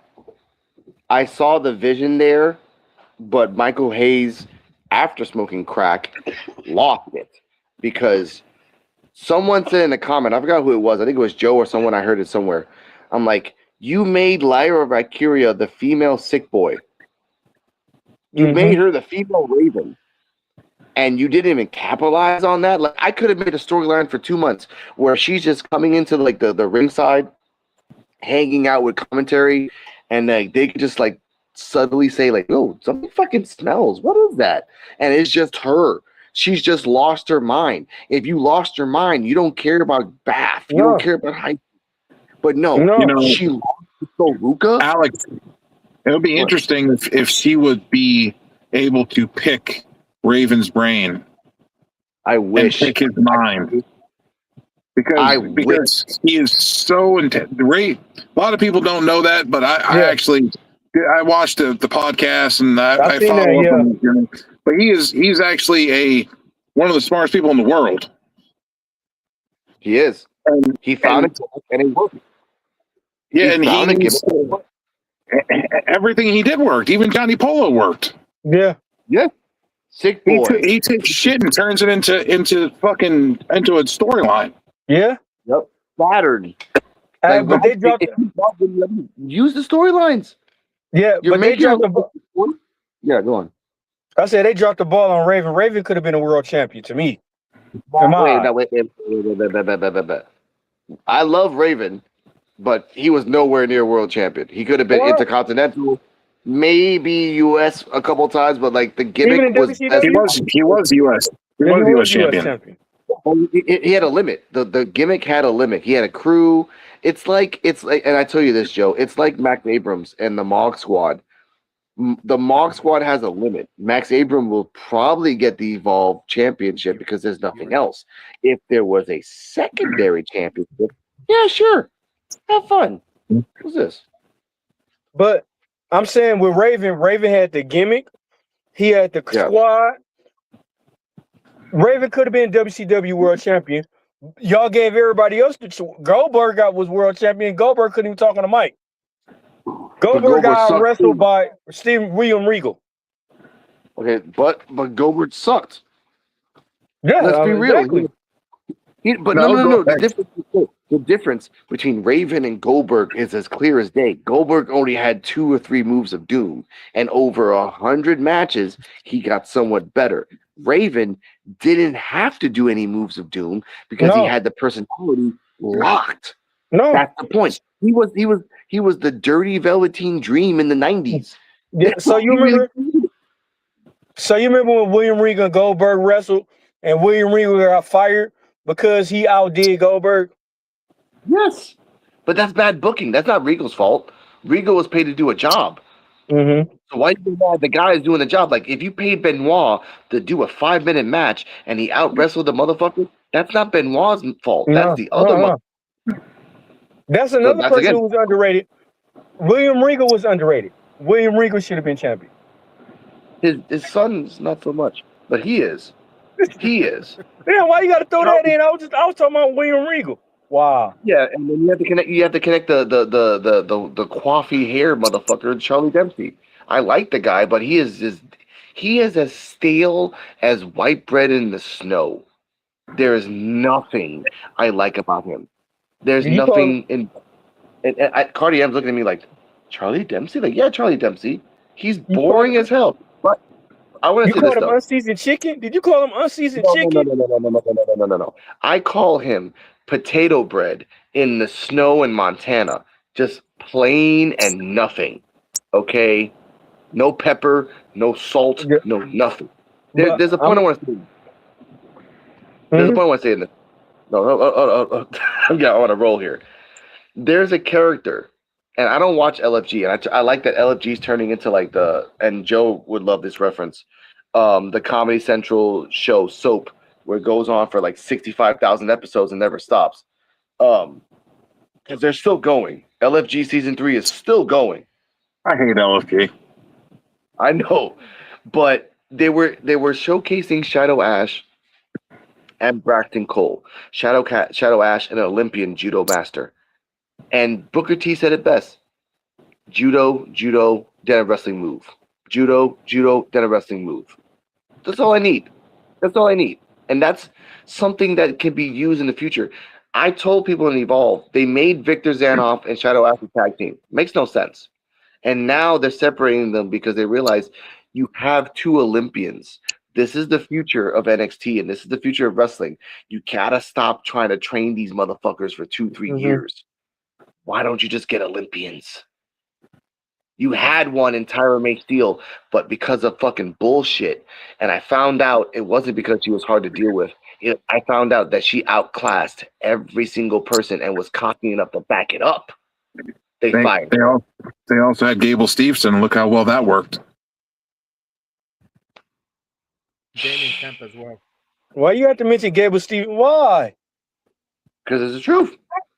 It's the truth. It's sad. You said Olympic gold medalist. But guess what, Joe? And I tell everyone that's listening, you know why Kendall Gray is the ace of fucking Evolve and the ace of NXT? Because she was trained as a wrestler and then she adapted. All these other women and men are in the back doing TikTok, but it's been proven that Kendall and a very small amount of people are in Gorilla, are listening to producers, listening to what they're saying and how they're saying it. You think Roman Reigns was in the back in NXT or in the main roster kissing ass? No. Right up in Vince McMahon's ass and fucking ear trying to get something. Okay, stop talking. And speaking of the man down, Kane Floyd, how are you, sir? Hey, yo. I don't know, man. I think Roman kissed a lot of ass. No, Roman ain't do as much ass kissing as Shawn Michaels. Ass, feet, and head of penis. I think he did it all. He ain't did as much as Shawn Michaels did. Huh? I know that. He ain't did as much as Shawn Michaels did. I don't know, man. I think Roman did a little more. No, why you think Shawn Michaels? Why you think Shawn Michaels left for a while? His back wasn't hurting. It wasn't nothing about his back. It was his ass. His ass needs to take a break. Now, Kane, welcome in.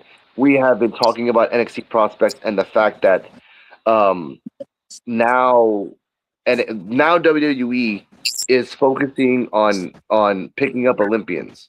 And shout out to Jeff Liftman, Dope Evil. Yeah, you got Tavion Height, Shadow Ash. You have Kendall Gray. You have Victor Zanoff. You have all these people. But all these other wrestlers who are doing more TikToks than wrestling. By the way, if anyone hasn't noticed this, and I guess probably they don't, there was a wrestler called Chris Island. And Chris Island got released. Right now, he is doing wrestling promos, and he is an insurance broker. That's how far he has fallen. I don't know if he's falling down or gone up. He's making money, hand over fist.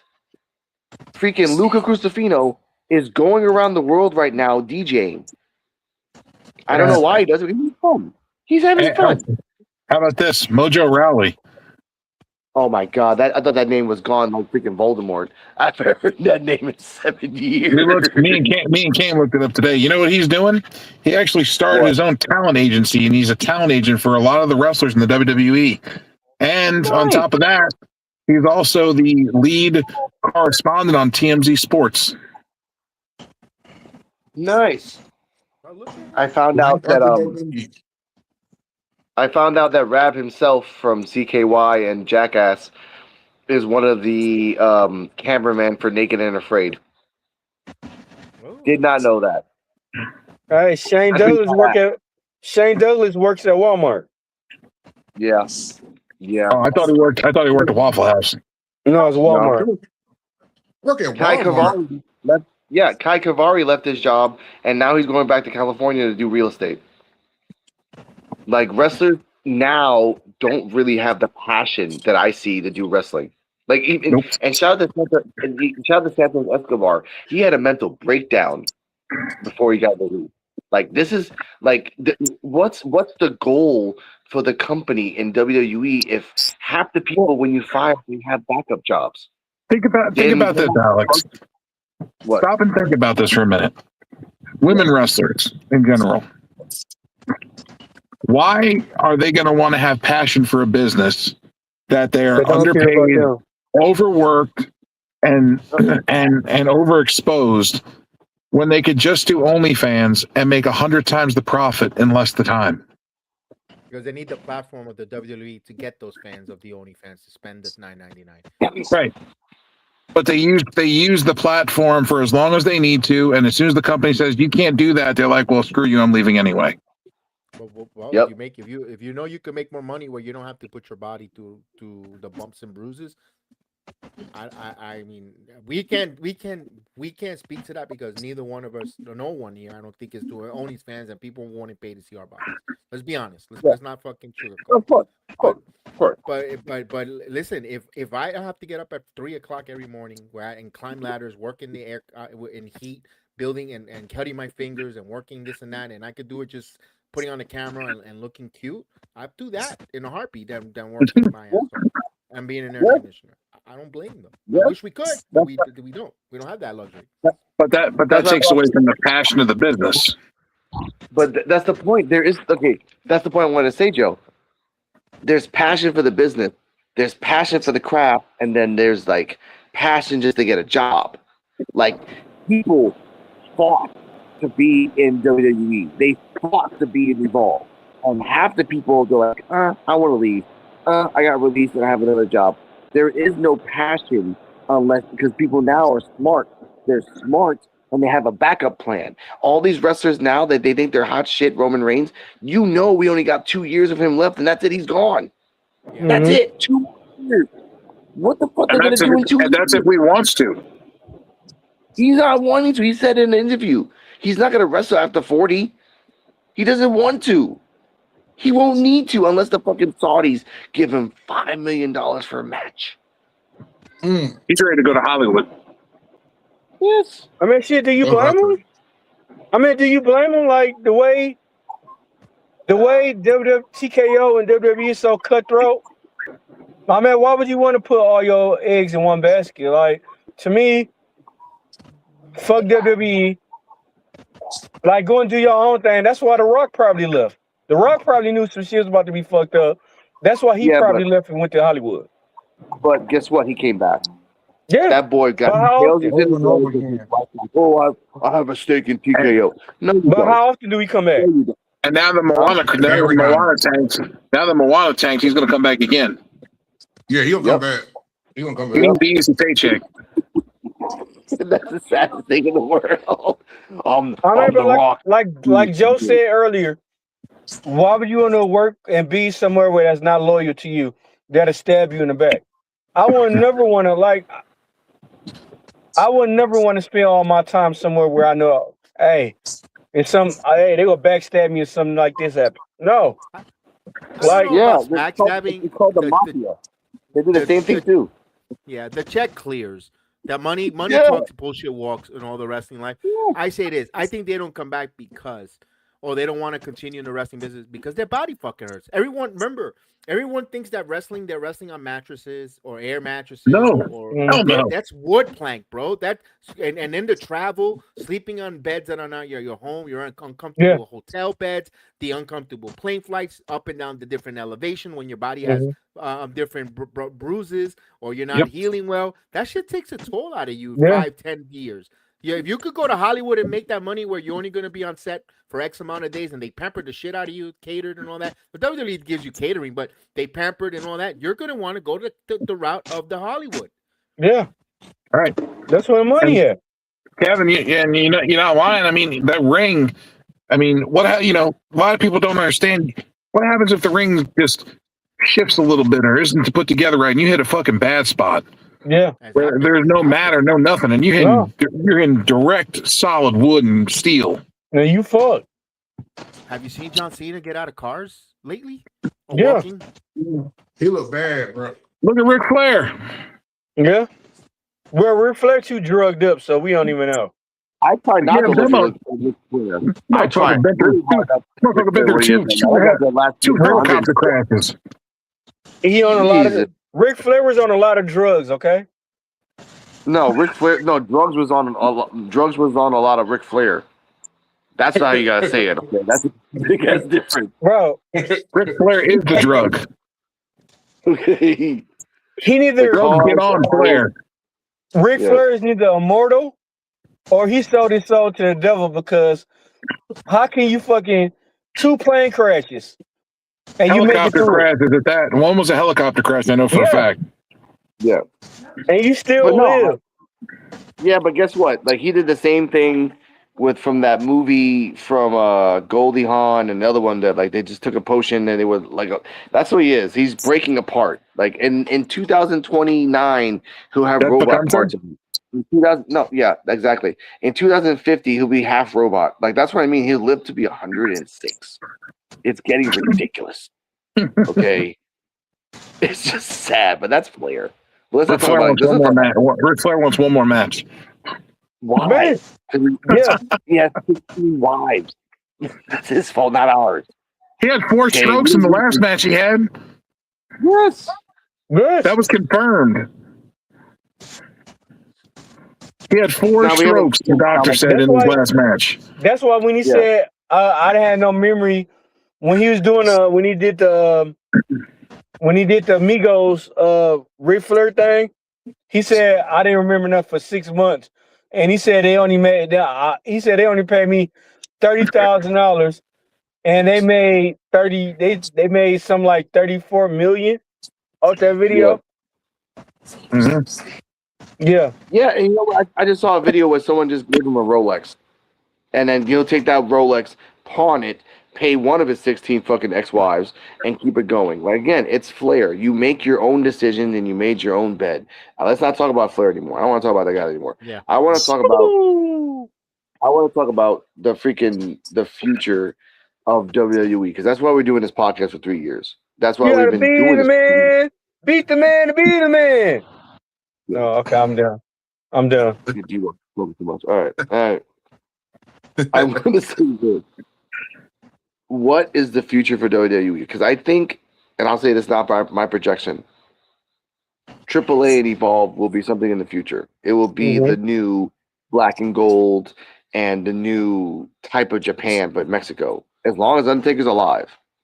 Because TKO would be the dumbest person in the world to take away Undertaker and AAA. You know how many people would get so mad and just like not watch anymore because of that. They don't watch AAA anyway, but still, it's just the name. And WWE, think about it this way. What happens? And I'll ask the question everyone can answer themselves. I'll start with Kane. what happens in 3 years?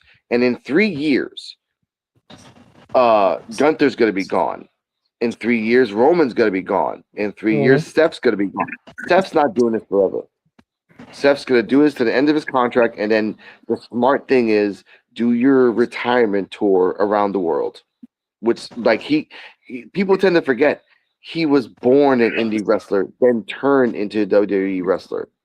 He's like Cody. Cody went to the indies to find himself, so Seth will probably do the same. So Kane, what will happen in the industry in 3 years after everyone we know leaves? What will happen? Yes. WWE will go bankrupt. It's all gonna happen. They're not pushing enough new talent. They still putting everything around these same guys. And to be honest, I don't know if they know what the hell they're gonna do. Once these guys get away, I don't even think they know because they're not doing enough. And it's so much spaces in between everything they got going on. They're not developing new talent. Storylines are circled around certain people. I don't know, and I don't think they know. Just being honest. Yeah, when you really sit and think about it, I mean, a lot of the talent that they are circling around is a lot of talent that's close to 40 or over 40. Yeah, exactly. You know, you got your Punks, your Romans, your Usos, even Jacob Fatu isn't no spring chicken. He's almost pushing 40. Yeah, so instead of pushing these young guys they got, instead of pushing these young guys because they got hella good talent or talent that has good potential, it seems like they'll take one or two of them here and there, and then they'll move them up a little bit, and then take them back down 5 steps. Then take another one, move it up just a little bit, and take them back down. I don't know. All right. If you stop and you look at all their talent that they have and all the talent that they are pushing and all the talent that's built that they're building around, even guys that they're trying to move into the main event picture now, like an LA Knight. LA Knight's in his 40s. Yeah. So what's your opinion, Joe? 3 years from now, they'll be fine. They're not going to go bankrupt. Here, I'll give you the greatest example. When the WWE machine wants to push someone and they want to elevate, they don't give a hell about the age. I'll give you the point. I'll give you the greatest point. One half, or even that tag team champions right now. There is no way Lainey Reed should be on the main roster in SmackDown with the title. She jumped the line. She should be another year or two singles in NXT, but when the machine wants it and there is a benefit for Fatal Influence to go up there, she's a good wrestler. Don't get me wrong. And she could probably talk on the mic. She has a good character, but she needed more reps in NXT. And then when they believe in someone, they will put the blinders. They're not gonna care one iota on who they want to push. And that's why when these older folks go and they retire, they leave. Next man up, you got the Braun. You got Braun. You've got as well as Oba Femi. You've got younger talent. Hey, look, 3 years from now, you don't see Maxwell Jacob Freeman showing up at WWE getting money to go work there. All right. Okay. Sure. Can I ask you a question? He's going to be young enough. The money will be there. All Elite Wrestling might not even be around. They've got guys around where the next crop, they like their 40-year-olds, 34-year-old Cruz Montana might be around, if he doesn't leave or anything like that. Zila Fatu's young enough. They've got people right now. It's just right now where sometimes as wrestling fans, we get impatient. And listen, I would love to see Braun Breaker as a world heavyweight champion, but he's not ready yet. Man, you see how jacked he is now? But he's not ready yet. Oba Femi might not be ready yet. They're getting very uber close. But if you rush them and then they're on top for 15 years, you're going to get, here we go, another title run. I'm bored of these guys. He's always with the title again. Yeah. That's what they're trying to avoid. Can I ask you a question? Oh, Dennis, go on. What's the one chick in Fatal Influence? Fallon Henley? Why is she not getting pushed? Her and Tiffany Stratton, they had matches. They had fucking some of the best matches. Why is y'all not pushing her? Why is she in the Because she group? can't talk worth a damn. Because I've been watching the show for 2 years, bro. She cannot talk worth a damn. Lainey Reed was inserted Tiffany can't because even talk. Jasmine got Tiffany fired. Strand can't talk. All she said, So, it's Tiffany time.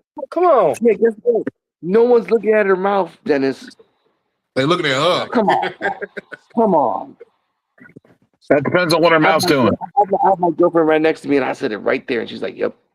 That depends on what her mouth's doing. But she looks just as good as old girl, though. Just as good. Beauty is Hello, subjective. Fallon So we're not Henley getting- has been around a while. Yes. Fallon Henley was around with Brooks and Brooks Jensen and Josh Briggs when they were a tag team. Yeah. And that's where she got started. And that was her whole thing. She's always stood as that country. And hardcore Stratton country. and Fallon You could Henley give her battle. that kind of role. But she can't talk. She's okay. She's not. Tiffany Stratton can't She's not either. terrible. She's not. I'd rather hear her on the microphone cutting a promo than Kendall Gray right now. I will be dead ass. Yeah. You know what I'm saying? Okay. Yeah. But at the same time, you're saying Tiffany Stratton, but people aren't paying to see Tiffany Stratton talk. No, exactly. That's the point. They've been pushing boobies and butts for years, and why are we thinking that it's going to change? It didn't change when Becky got punched in the face. It didn't change when Sasha left. It didn't change when Naomi was going on the crazy freaking trip that she was going off, falling off, rolling. It didn't change. Like, people were pushing the difference, but now that Naomi's gone, and now we just have a giant, like, Amazon woman and Jade Cargill and a freaking fixed face admission and a beautiful body and beef. Like, there is no women. There is no AJ Lee in this generation in WWE. That it didn't matter how she looked like. It was the talking that got her over. Like, there is no female MJF in the women's division at all. Maybe Jada Parker, but Jada Parker is using her sexuality with her talking. That's the problem. That's why I get mad at her. She doesn't have to be all sexual and talk. She's got the gift of gab. But I got a big booty. Fallon Henley's underrated to me. Fallon Henley. I respect it, but damn, man. Maybe Jada Parker would be more beneficial as a manager. No. Actually, and you know I don't like Jada Parker, but I think Jada Parker has the potential to be a great wrestler. She just needs to figure out the balance between talking and using her booty. Like, there has to be a balance. Something. Stop using it. Stop using it. The problem isn't the wrestling fans today, Yeah. and it goes even for content creator. There are too many gooners. Listen, I guarantee you. Yep. I'll tell you this: we've been trying to find a female to join us to watch. We had Canary on, and I'm gonna be honest with you, Captain Canary. Whenever she came on, our fucking ratings will go skyrocket. Gooners will tune in to see her. We will have her, and that will go crazy. You put a female on here, you're gonna see your ratings go high consistently. That want to be on, regardless. It's not about her beauty. It's not about the look. It's men are gooners. Men are gooners. We are visual. Men all together is visual. That's what the wrestling fans are. They're visual. They don't want to cheer for them, but if you remove them, oh my God forbid. That's the issue. That's the problem. It's true, because NXT time with D-Walk, if it was like NXT time with D-Walk with Kelly, that the ratings would go the fuck up. Yeah, you put a beautiful, or any lady with you there, the ratings will go bananas. People will tune in because men are visual. And she knows wrestling moves. Yep, they're done. Yeah, they're done. Yeah, because if we didn't have eye candy and female wrestlers, they would all look like Maya Lockwood, and everybody would just die. Everybody would just be like, "Ah, why you gotta bring no Nick into it, bro? You evil." Ugly. Micah is not an ugly woman. She has a condition, and I would disrespect that. I think she's actually very pretty, and I like muscular women. That's one of my favorite things about women. But think about it this way: why do I want the same Barbie girl? And I'll say the name. Remember the legs in the air? Remember the legs in the air we talked about? There's one right there. He just stuck himself out there. Yeah, he did. Legs in the air. Happens. Like I said, I think Wow. all women are beautiful. I just don't like blonde women, and I've seen like 1,000 in the last 3 years in NXT alone. I'm tired of it. Okay, like except for Rizzo. Rizzo has the gift of gab, but because of the power of the Evolve podcast, now she's in Evolve. I realized that what we have done, and I'm Okay. sorry. What about Sorry. Nikita Lyons?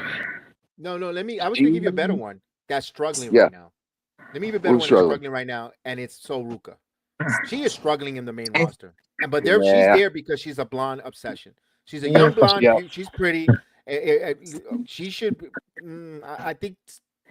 I don't think she belongs in the main roster, and she's struggling. No, I don't. I think she girl. goes to like Evolve, and that's sad to say. She has the character. She can't talk for shit, and then on top of that, she like if you botch 3 out of 7 times, you need to adjust yourself. You need to adjust your finisher and stop relying on it. Guess what? And I said this. I said this to the P.W.F group. Like Layla Diggs, and we said this before. Layla Diggs only got boosted up to NXT because of the moonsault, and now they're sending her ass back to Evolve. So what's the point of that? Because she wasn't ready. So Ruka was not ready. Tatum Paxley has been ready for so long, but now you're stuck in SmackDown with 2 in betweens. So whatever. Ruka did those big botches against Becky, and that was when after that was it. She started to go tank. Yes, but she got better. I'll give you another blonde, Alex, that got pushed up, that really learned on the fly, and she only had one good feud, Maxine Dupree. Yeah. Yep. Mm-hmm. Yep. It's bad. Because, like, now she's stuck in a storyline with a dude that's dying in Austin Theory. Like, you're stuck. You're fucking stuck. Like, that. You're now their version of Liv Morgan. And that means you're going to be doing this for about 2 years, and then eventually you'll win a belt. And even if you're good or not, they'll give you a belt anyway. And that's what's sad. I think she got stuck in tie caps as the modern day Sunny. Yeah. Wow. Yeah. No, it's true though. He's right though. I was going to say Stacey Keebler, but okay. Yeah. Yeah. She got the leg. She got legs. Wow. She got the legs, the blonde hair. She got the same body. No, but I was going to go back to the answer my own question. What I asked, like the future is ID talent. That's the future of the wrestling business right now. Because guess what? All these people that are coming to NXT, they're all ID talent. And ladies and gentlemen, which you don't know what ID talent is, it's called indies. They've actually done the rep. They've actually done this. Marcus Mathers, I found out, he's a Philly native. Really cool character. He has done 800 matches before he even got to Evolve. And then guess what? Swipe right, indie wrestlers. Jackson Drake, indie wrestlers. They're just Sean Legacy, Dorian Van Ducks. The next test done right, Sam Holloway in Evolve. The next powerhouse, CJ Valor in Evolve. These are people that are indie wrestlers. The most gimmick wrestler in the world right now, Anya Rune. And she does fake Kamehamehas. And she's getting over. And she's using that on purpose. You said the right word, character. Character. We ain't got no characters. LFG used to be built on characters. Not anymore. LFG is trying. LFG is trying, Joe. And God bless them. Thank the gods they got old school bookers like freaking Booker T and Natty. Let's go. But yeah. Go back in the day. Yes. Think back to old WWF. We had Duke the Dumpster Drosy, Spark Plug Bob Holly, the race car driver. We had Tatanka, the Indian. We had gimmicks. We had the Smoking Guns, who were a couple of cowboys. We had gimmicks back then. People got over because of character gimmicks. Now we don't have that. Now it's just like this is a guy. Yeah. But to counter that, we do. In Evolve, we have a mysterious woman called Vanta the Unknown. We have an anime girl called Anya Rune. We have a 80s wrestler that's not from the 80s in Brooks Jensen, who's a second generation wrestler. We have it's Gall, like in Evolve. And I was gonna say this too. I forgot to say this. I told this to Kevin, but Joe and Kane and Dennis would really enjoy this. Ryan Katz, the new announcer of Evolve, was the original announcer for Wrestling Society X. Nice. That's what I mean. Gabe Sapolsky said, you know what? If we're going back to the basics, let's go back to the basics of character, announcing, and commentary. And that's the purpose I love Evolve. Like, if once I found out that Ryan Katz was the original motherfucker that did that, and he announced Nikita Lyons last week, and Cardi M and everyone's like, this is how you announce the reigning and defending. And that's how you fucking say a championship match. Mike Rome, for as much money they put in clothes, that motherfucker doesn't say reigning and defending. Alicia Taylor doesn't say reigning and defending unless you give her a piece of paper to say it. But again, you're talking about Evolve. And that's the point. Evolve is the future. In the next 3 years, Evolve will be the brand that people will look at and say, holy shit, this is a new black and gold. Because if we got characters that no one is watching right now, Joe, no one is watching. Sam Holloway is a problem to Evolve, Joe, right now. But Alex, the problem isn't that. The problem is that by the time they go from Evolve to NXT to the main roster, there is no more character. The character's gone. Well, it's debatable. It's debatable because look. How many characters, like gimmicky characters, are on the main roster? Tatum Paxton. None. Okay, yeah, Tatum. Yes, Tatum. Tatum, but okay, but they haven't really unveiled her as a character. She made one run in, and that was kind of it.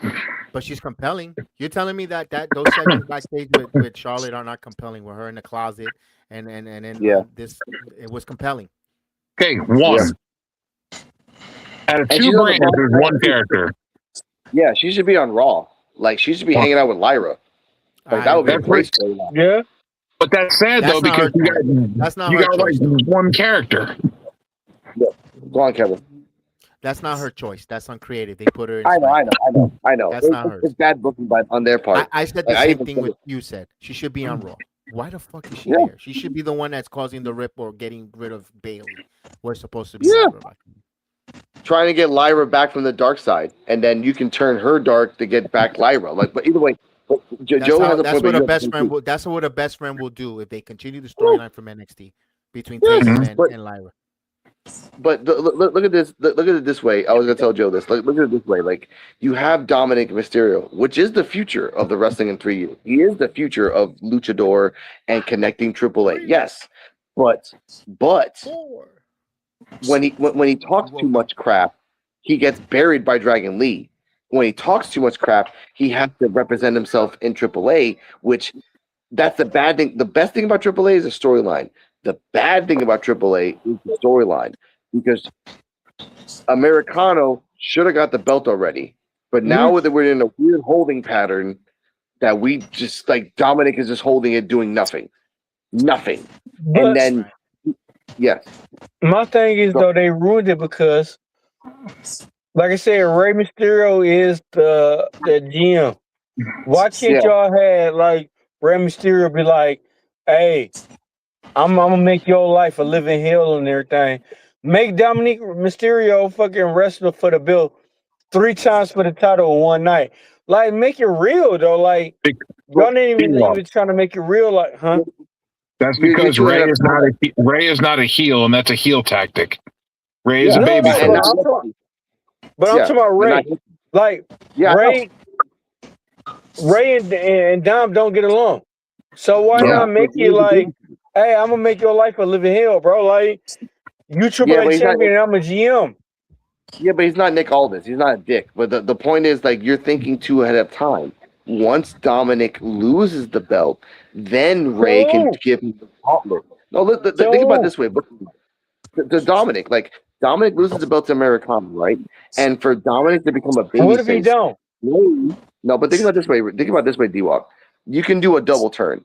Ray turns into a heel by pushing Dominic to turn into a babyface. At the end, Dominic gets the belt again, and Ray turns into the heel GM because he realizes that what he thinks is tough love to his dad, to his son, was really just becoming a dick.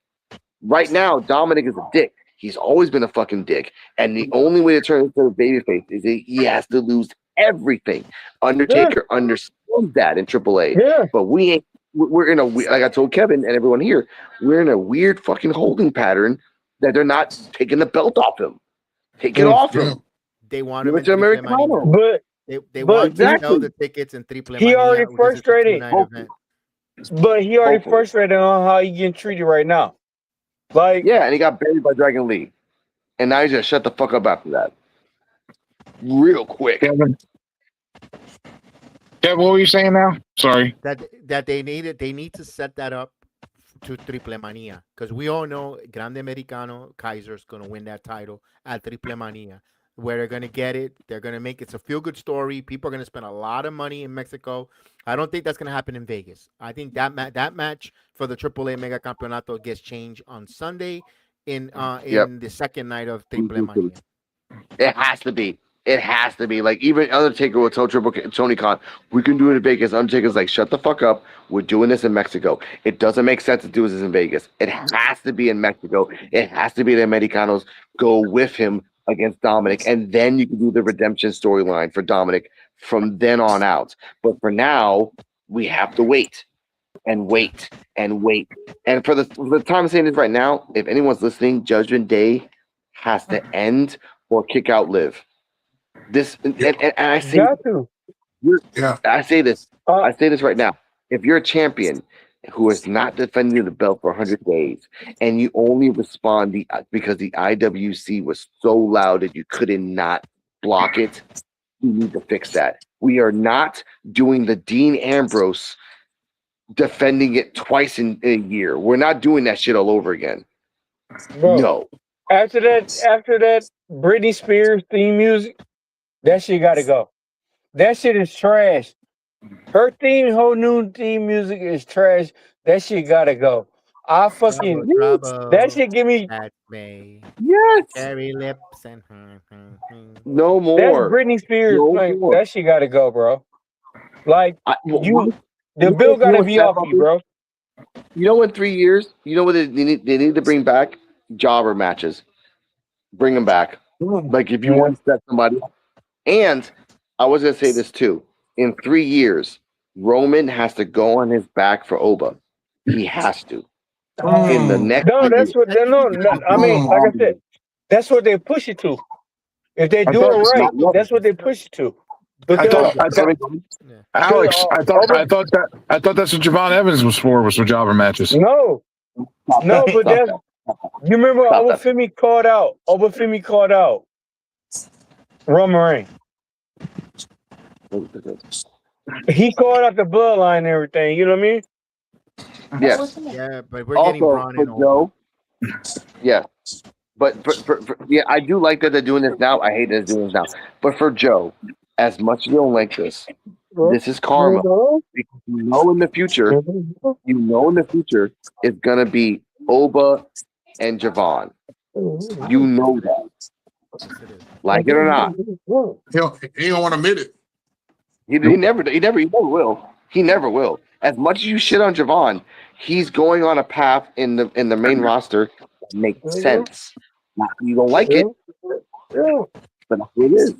I don't know if you're gonna like it. Are we talking about a losing? Are we talking about a losing streak? We're gonna add Leon Slater to that. We're also gonna add Leon Slater to that. Yep. Sorry. And I want to say this now. In 3 years, we have to have interagency matches. We have to get Ricky Sosa to the main roster. We got if Ricky Sosa is not in the main roster with his theme music, you guys are just criminal. And bring back Big Cass. They were never I know. close to theme song in WWE because they know they know.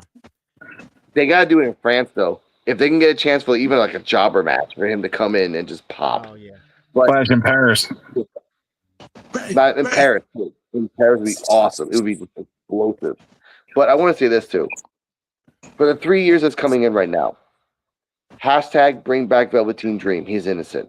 Hashtag bring Ew. back Ew. Ew. and Get out of here. He's in what? That guy needs to stay wherever the hell he's at, hiding. Hey, guess what? Once Roman's gone, He's on the indie. once Steph is gone, once everyone else is gone, and you got these characters that are like, why'd you bring back Kid Bing Cass if you didn't bring back Enzo? Because Why? because they wanted somebody to beat the shit out of Javon. Haven't you seen that every week? He's beating the shit out of Javon. So his sole purpose is to beat the shit out of Javon. I know that's kind of racist. Hashtag beat up Javon. That needs to be the new hashtag.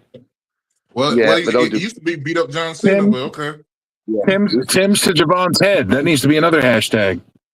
No, He no. pissed in your cereal, didn't he?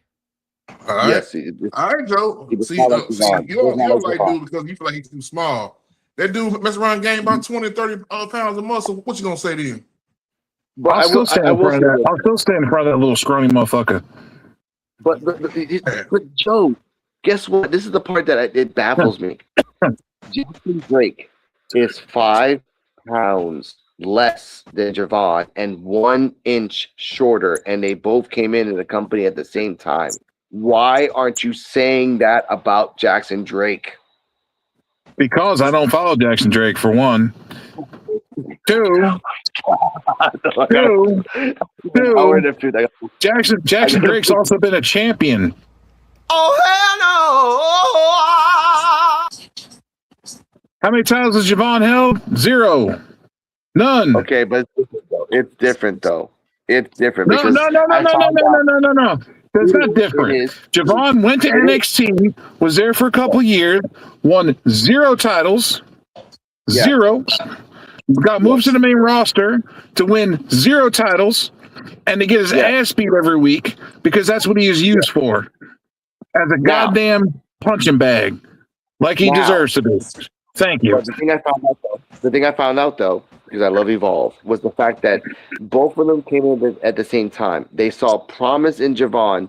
They saw training in Jackson. That's why they sent Jackson to Evolve. They're like, look, we think that you're almost as good as Javon. They had projected things in their heads. So they sent Javon to the NXT because they saw the high flying. They saw promise in Jackson. That's why they sent him to Evolve. Now, if it was reverse, if Javon was in Evolve and Jackson was in NXT, I think it would have been the same thing for me as saying to myself that Jackson Drake. It would have been the same, Joe. Because again, they pushed Javon too early and they let Jackson cook. Okay, they let him cook. And again, I miss misogynist Jackson. I miss him. And now that Micah is going after Keanu Carver, that's a great pairing. Like you got a China and an actual big guy, not China and then Triple H trying to be big. Sorry, Triple H, you were not as bigger than China even in the 90s. Sorry, but that's just the way it is. But I want to say this before we get out of here because we only do it for 2 hours. I want to thank Joe and Kane and Dennis. 3.5 years doing this, but 3 years officially. Next week is the 3-year anniversary of NXT Time with D-Walk. I can't find NXT Time with D-Walk episode 1. I guess it disappeared. I found episode 2, so that's episode 1. That's because the other channels got taken away, remember? Yeah, I know. Yeah, It you just don't makes me remember? sad. I try not to remember. I was listening twice, yes. But Joe, final thoughts of our 3-year anniversary and tell them where they can find you. Technically, this is supposed to be like our 5 or 6 year anniversary because of all the stuff that we lost the first 2 channels. Yeah, I know. But nothing, just been doing this for a while, and it's nice to have a group of friends around that have stuck with this as long as they have, and to bring other friends in and just have a good community of people to talk to about wrestling and life and just enjoy each other's company. Where they can find you? What's Where up? we can find you? Where could we find Oh, you? Joe BNCO at Linktree. Everything is there. All right, Kane the Destroyer. Your thoughts on the last 3 plus 4 or 5? I don't even know. This 3 years anyway. Sure. Your thoughts on that? Where they can find you? All I know is we've been hanging a long damn time. So I don't know what 3, 4, 5, 7, 8. I don't know. But I know me and Ellis go back a little bit longer because of the other stuff. But anyway, Same. I understand. Yeah. The other guy. Man, it's been one hell of a journey. I'm with some real riders right now, and guess what? We gonna go 3, 4, 5, 6, 7, 8 more years. Ride or die all day long, baby. There you go. That's right. All We day are the number long, one. dog. Link That's right. tree, Kane Destroy on everything. Bitch. Yep.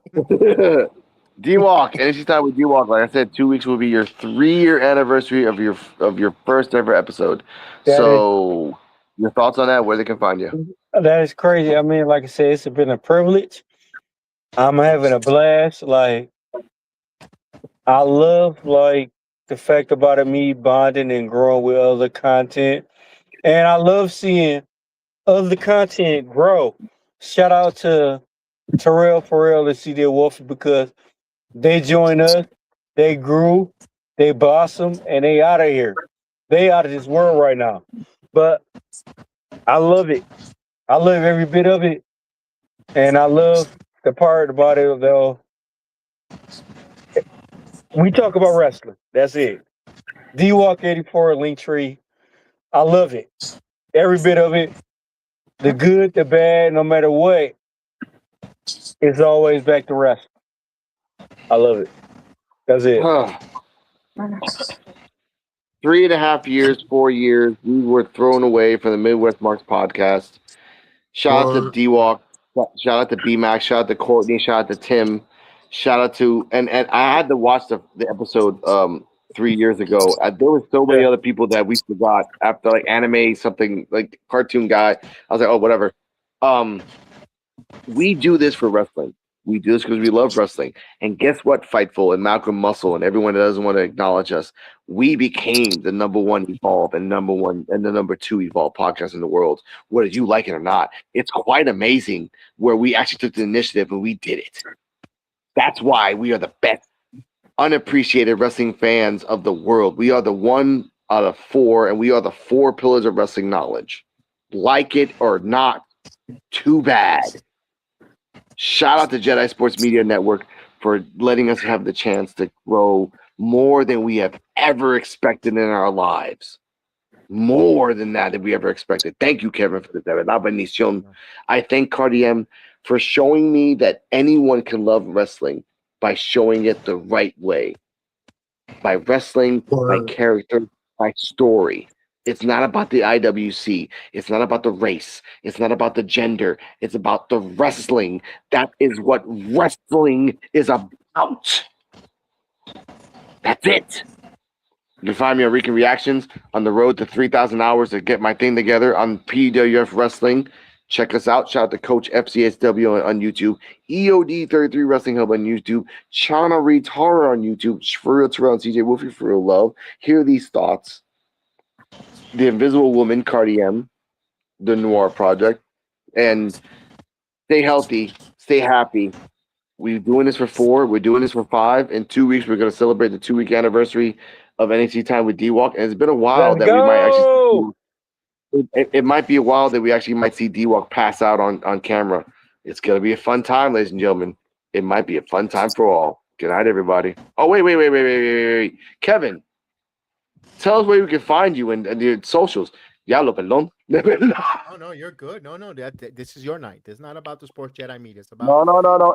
Everyone gets podcast of the Appreciative Wrestling. You can always find me. You know where to find me on the Sports Jedi media, Sports Jedi, on at X at Sports Jedi Media, everywhere else, Sports Jedi Network. Don't forget all these podcasts. All of them are audio platform on all where you get your favorite audio platform, not just on Wrestling Super Friendos. Shout out to Jeff Lippman, of course, and the team. I wanted to say this about you guys. It's a pleasure to have you guys join us on our panel, being part of the family, growing. Because let's face it, we might not be podcast unappreciated wrestlers, but I know how to feel unappreciated by the IWC. Those ones that you mentioned. We have broken so many different stories, so many different things that have been said from talents, from wrestling talents, ignored, copy and play, taken away, and totally unappreciative. I feel it. That's why, we're only going to be as strong as our link in the chain, and you guys are a big part of our link of the chain. The Evolve Effect, the P.W.F. Evolve. Also here Saturday Night Wrestling Talk, as well as the D-Walk, NXT Time with D-Walk. Of course, then we have the MOW files with Jeff Lippman and Mr. Thomas. We've got the Dynamite Bros with my guy PGH, Chris and Haas. We got so many Octagon Report with my son Austin. So we got a lot of different things. The Garden of Thoughts, Out of Character podcast, where now we're interviewing Hollywood actors and actors and wrestlers outside of their character. So we've got that there, and not just wrestling, but every walk of life, and we've got all this type, plus the major sports that we cover. So we lost the first channel. We didn't lose it. We're trying to work Google. We're asking you again. We need your cooperation. I need to get back the Sports Jedi Network channel. The hackers took it, and we're trying to get, and I can't get my recovery email. Google and YouTube are the only ones that can help, and they're lingering. They send a couple things DM wise. We can't get that hurdle. I need our channel back. There's over 20,000, close to 20,000 subscribers there with all the time, and it's also monetized. I need that back. We're not putting content out there. We'll still grow this motherfucker here. I'm going to be honest with you. We'll still grow this because I know that I'm surrounded. We're getting better views on the second channel than we were getting in the first one, to be honest with you, because we're getting now we're back then it was built on the major sports, but this is where pure wrestling and information is coming from. But we're gonna grow. I'm not afraid of growing. I'm not afraid of rolling up my sleeves. But I know I've got guys that will help me get in the trenches, and I want to thank you guys. Thank you guys. It's been a collaboration, not just for 3 years. Like I said, I know you guys for so long, especially Alex for longer. I did remember those days when you came from the Midwest and the name that now be named. I used to follow you guys on Facebook. I know I seen all that. And when the split happened, I'm like, what the hell happened? I'm aware of it. I stayed, I had no skin in the game, but I'm glad you guys did not give up and you revamped. And you know what? For that, we commend you guys for 3 more years and more. So appreciate you guys. Many blessings. Let's go. P.U.W.F. Sky's the limit. Thank you. The last thing I want to say, this is not my podcast. This is our podcast. Good night, everybody.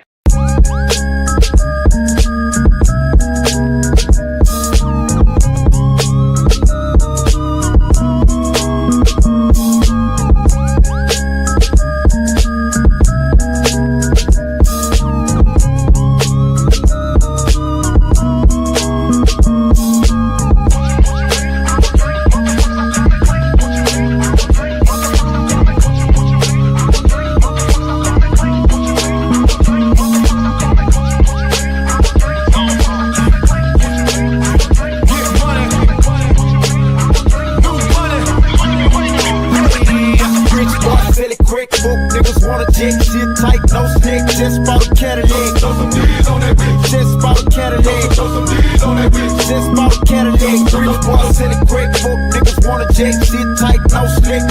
a Cadillac.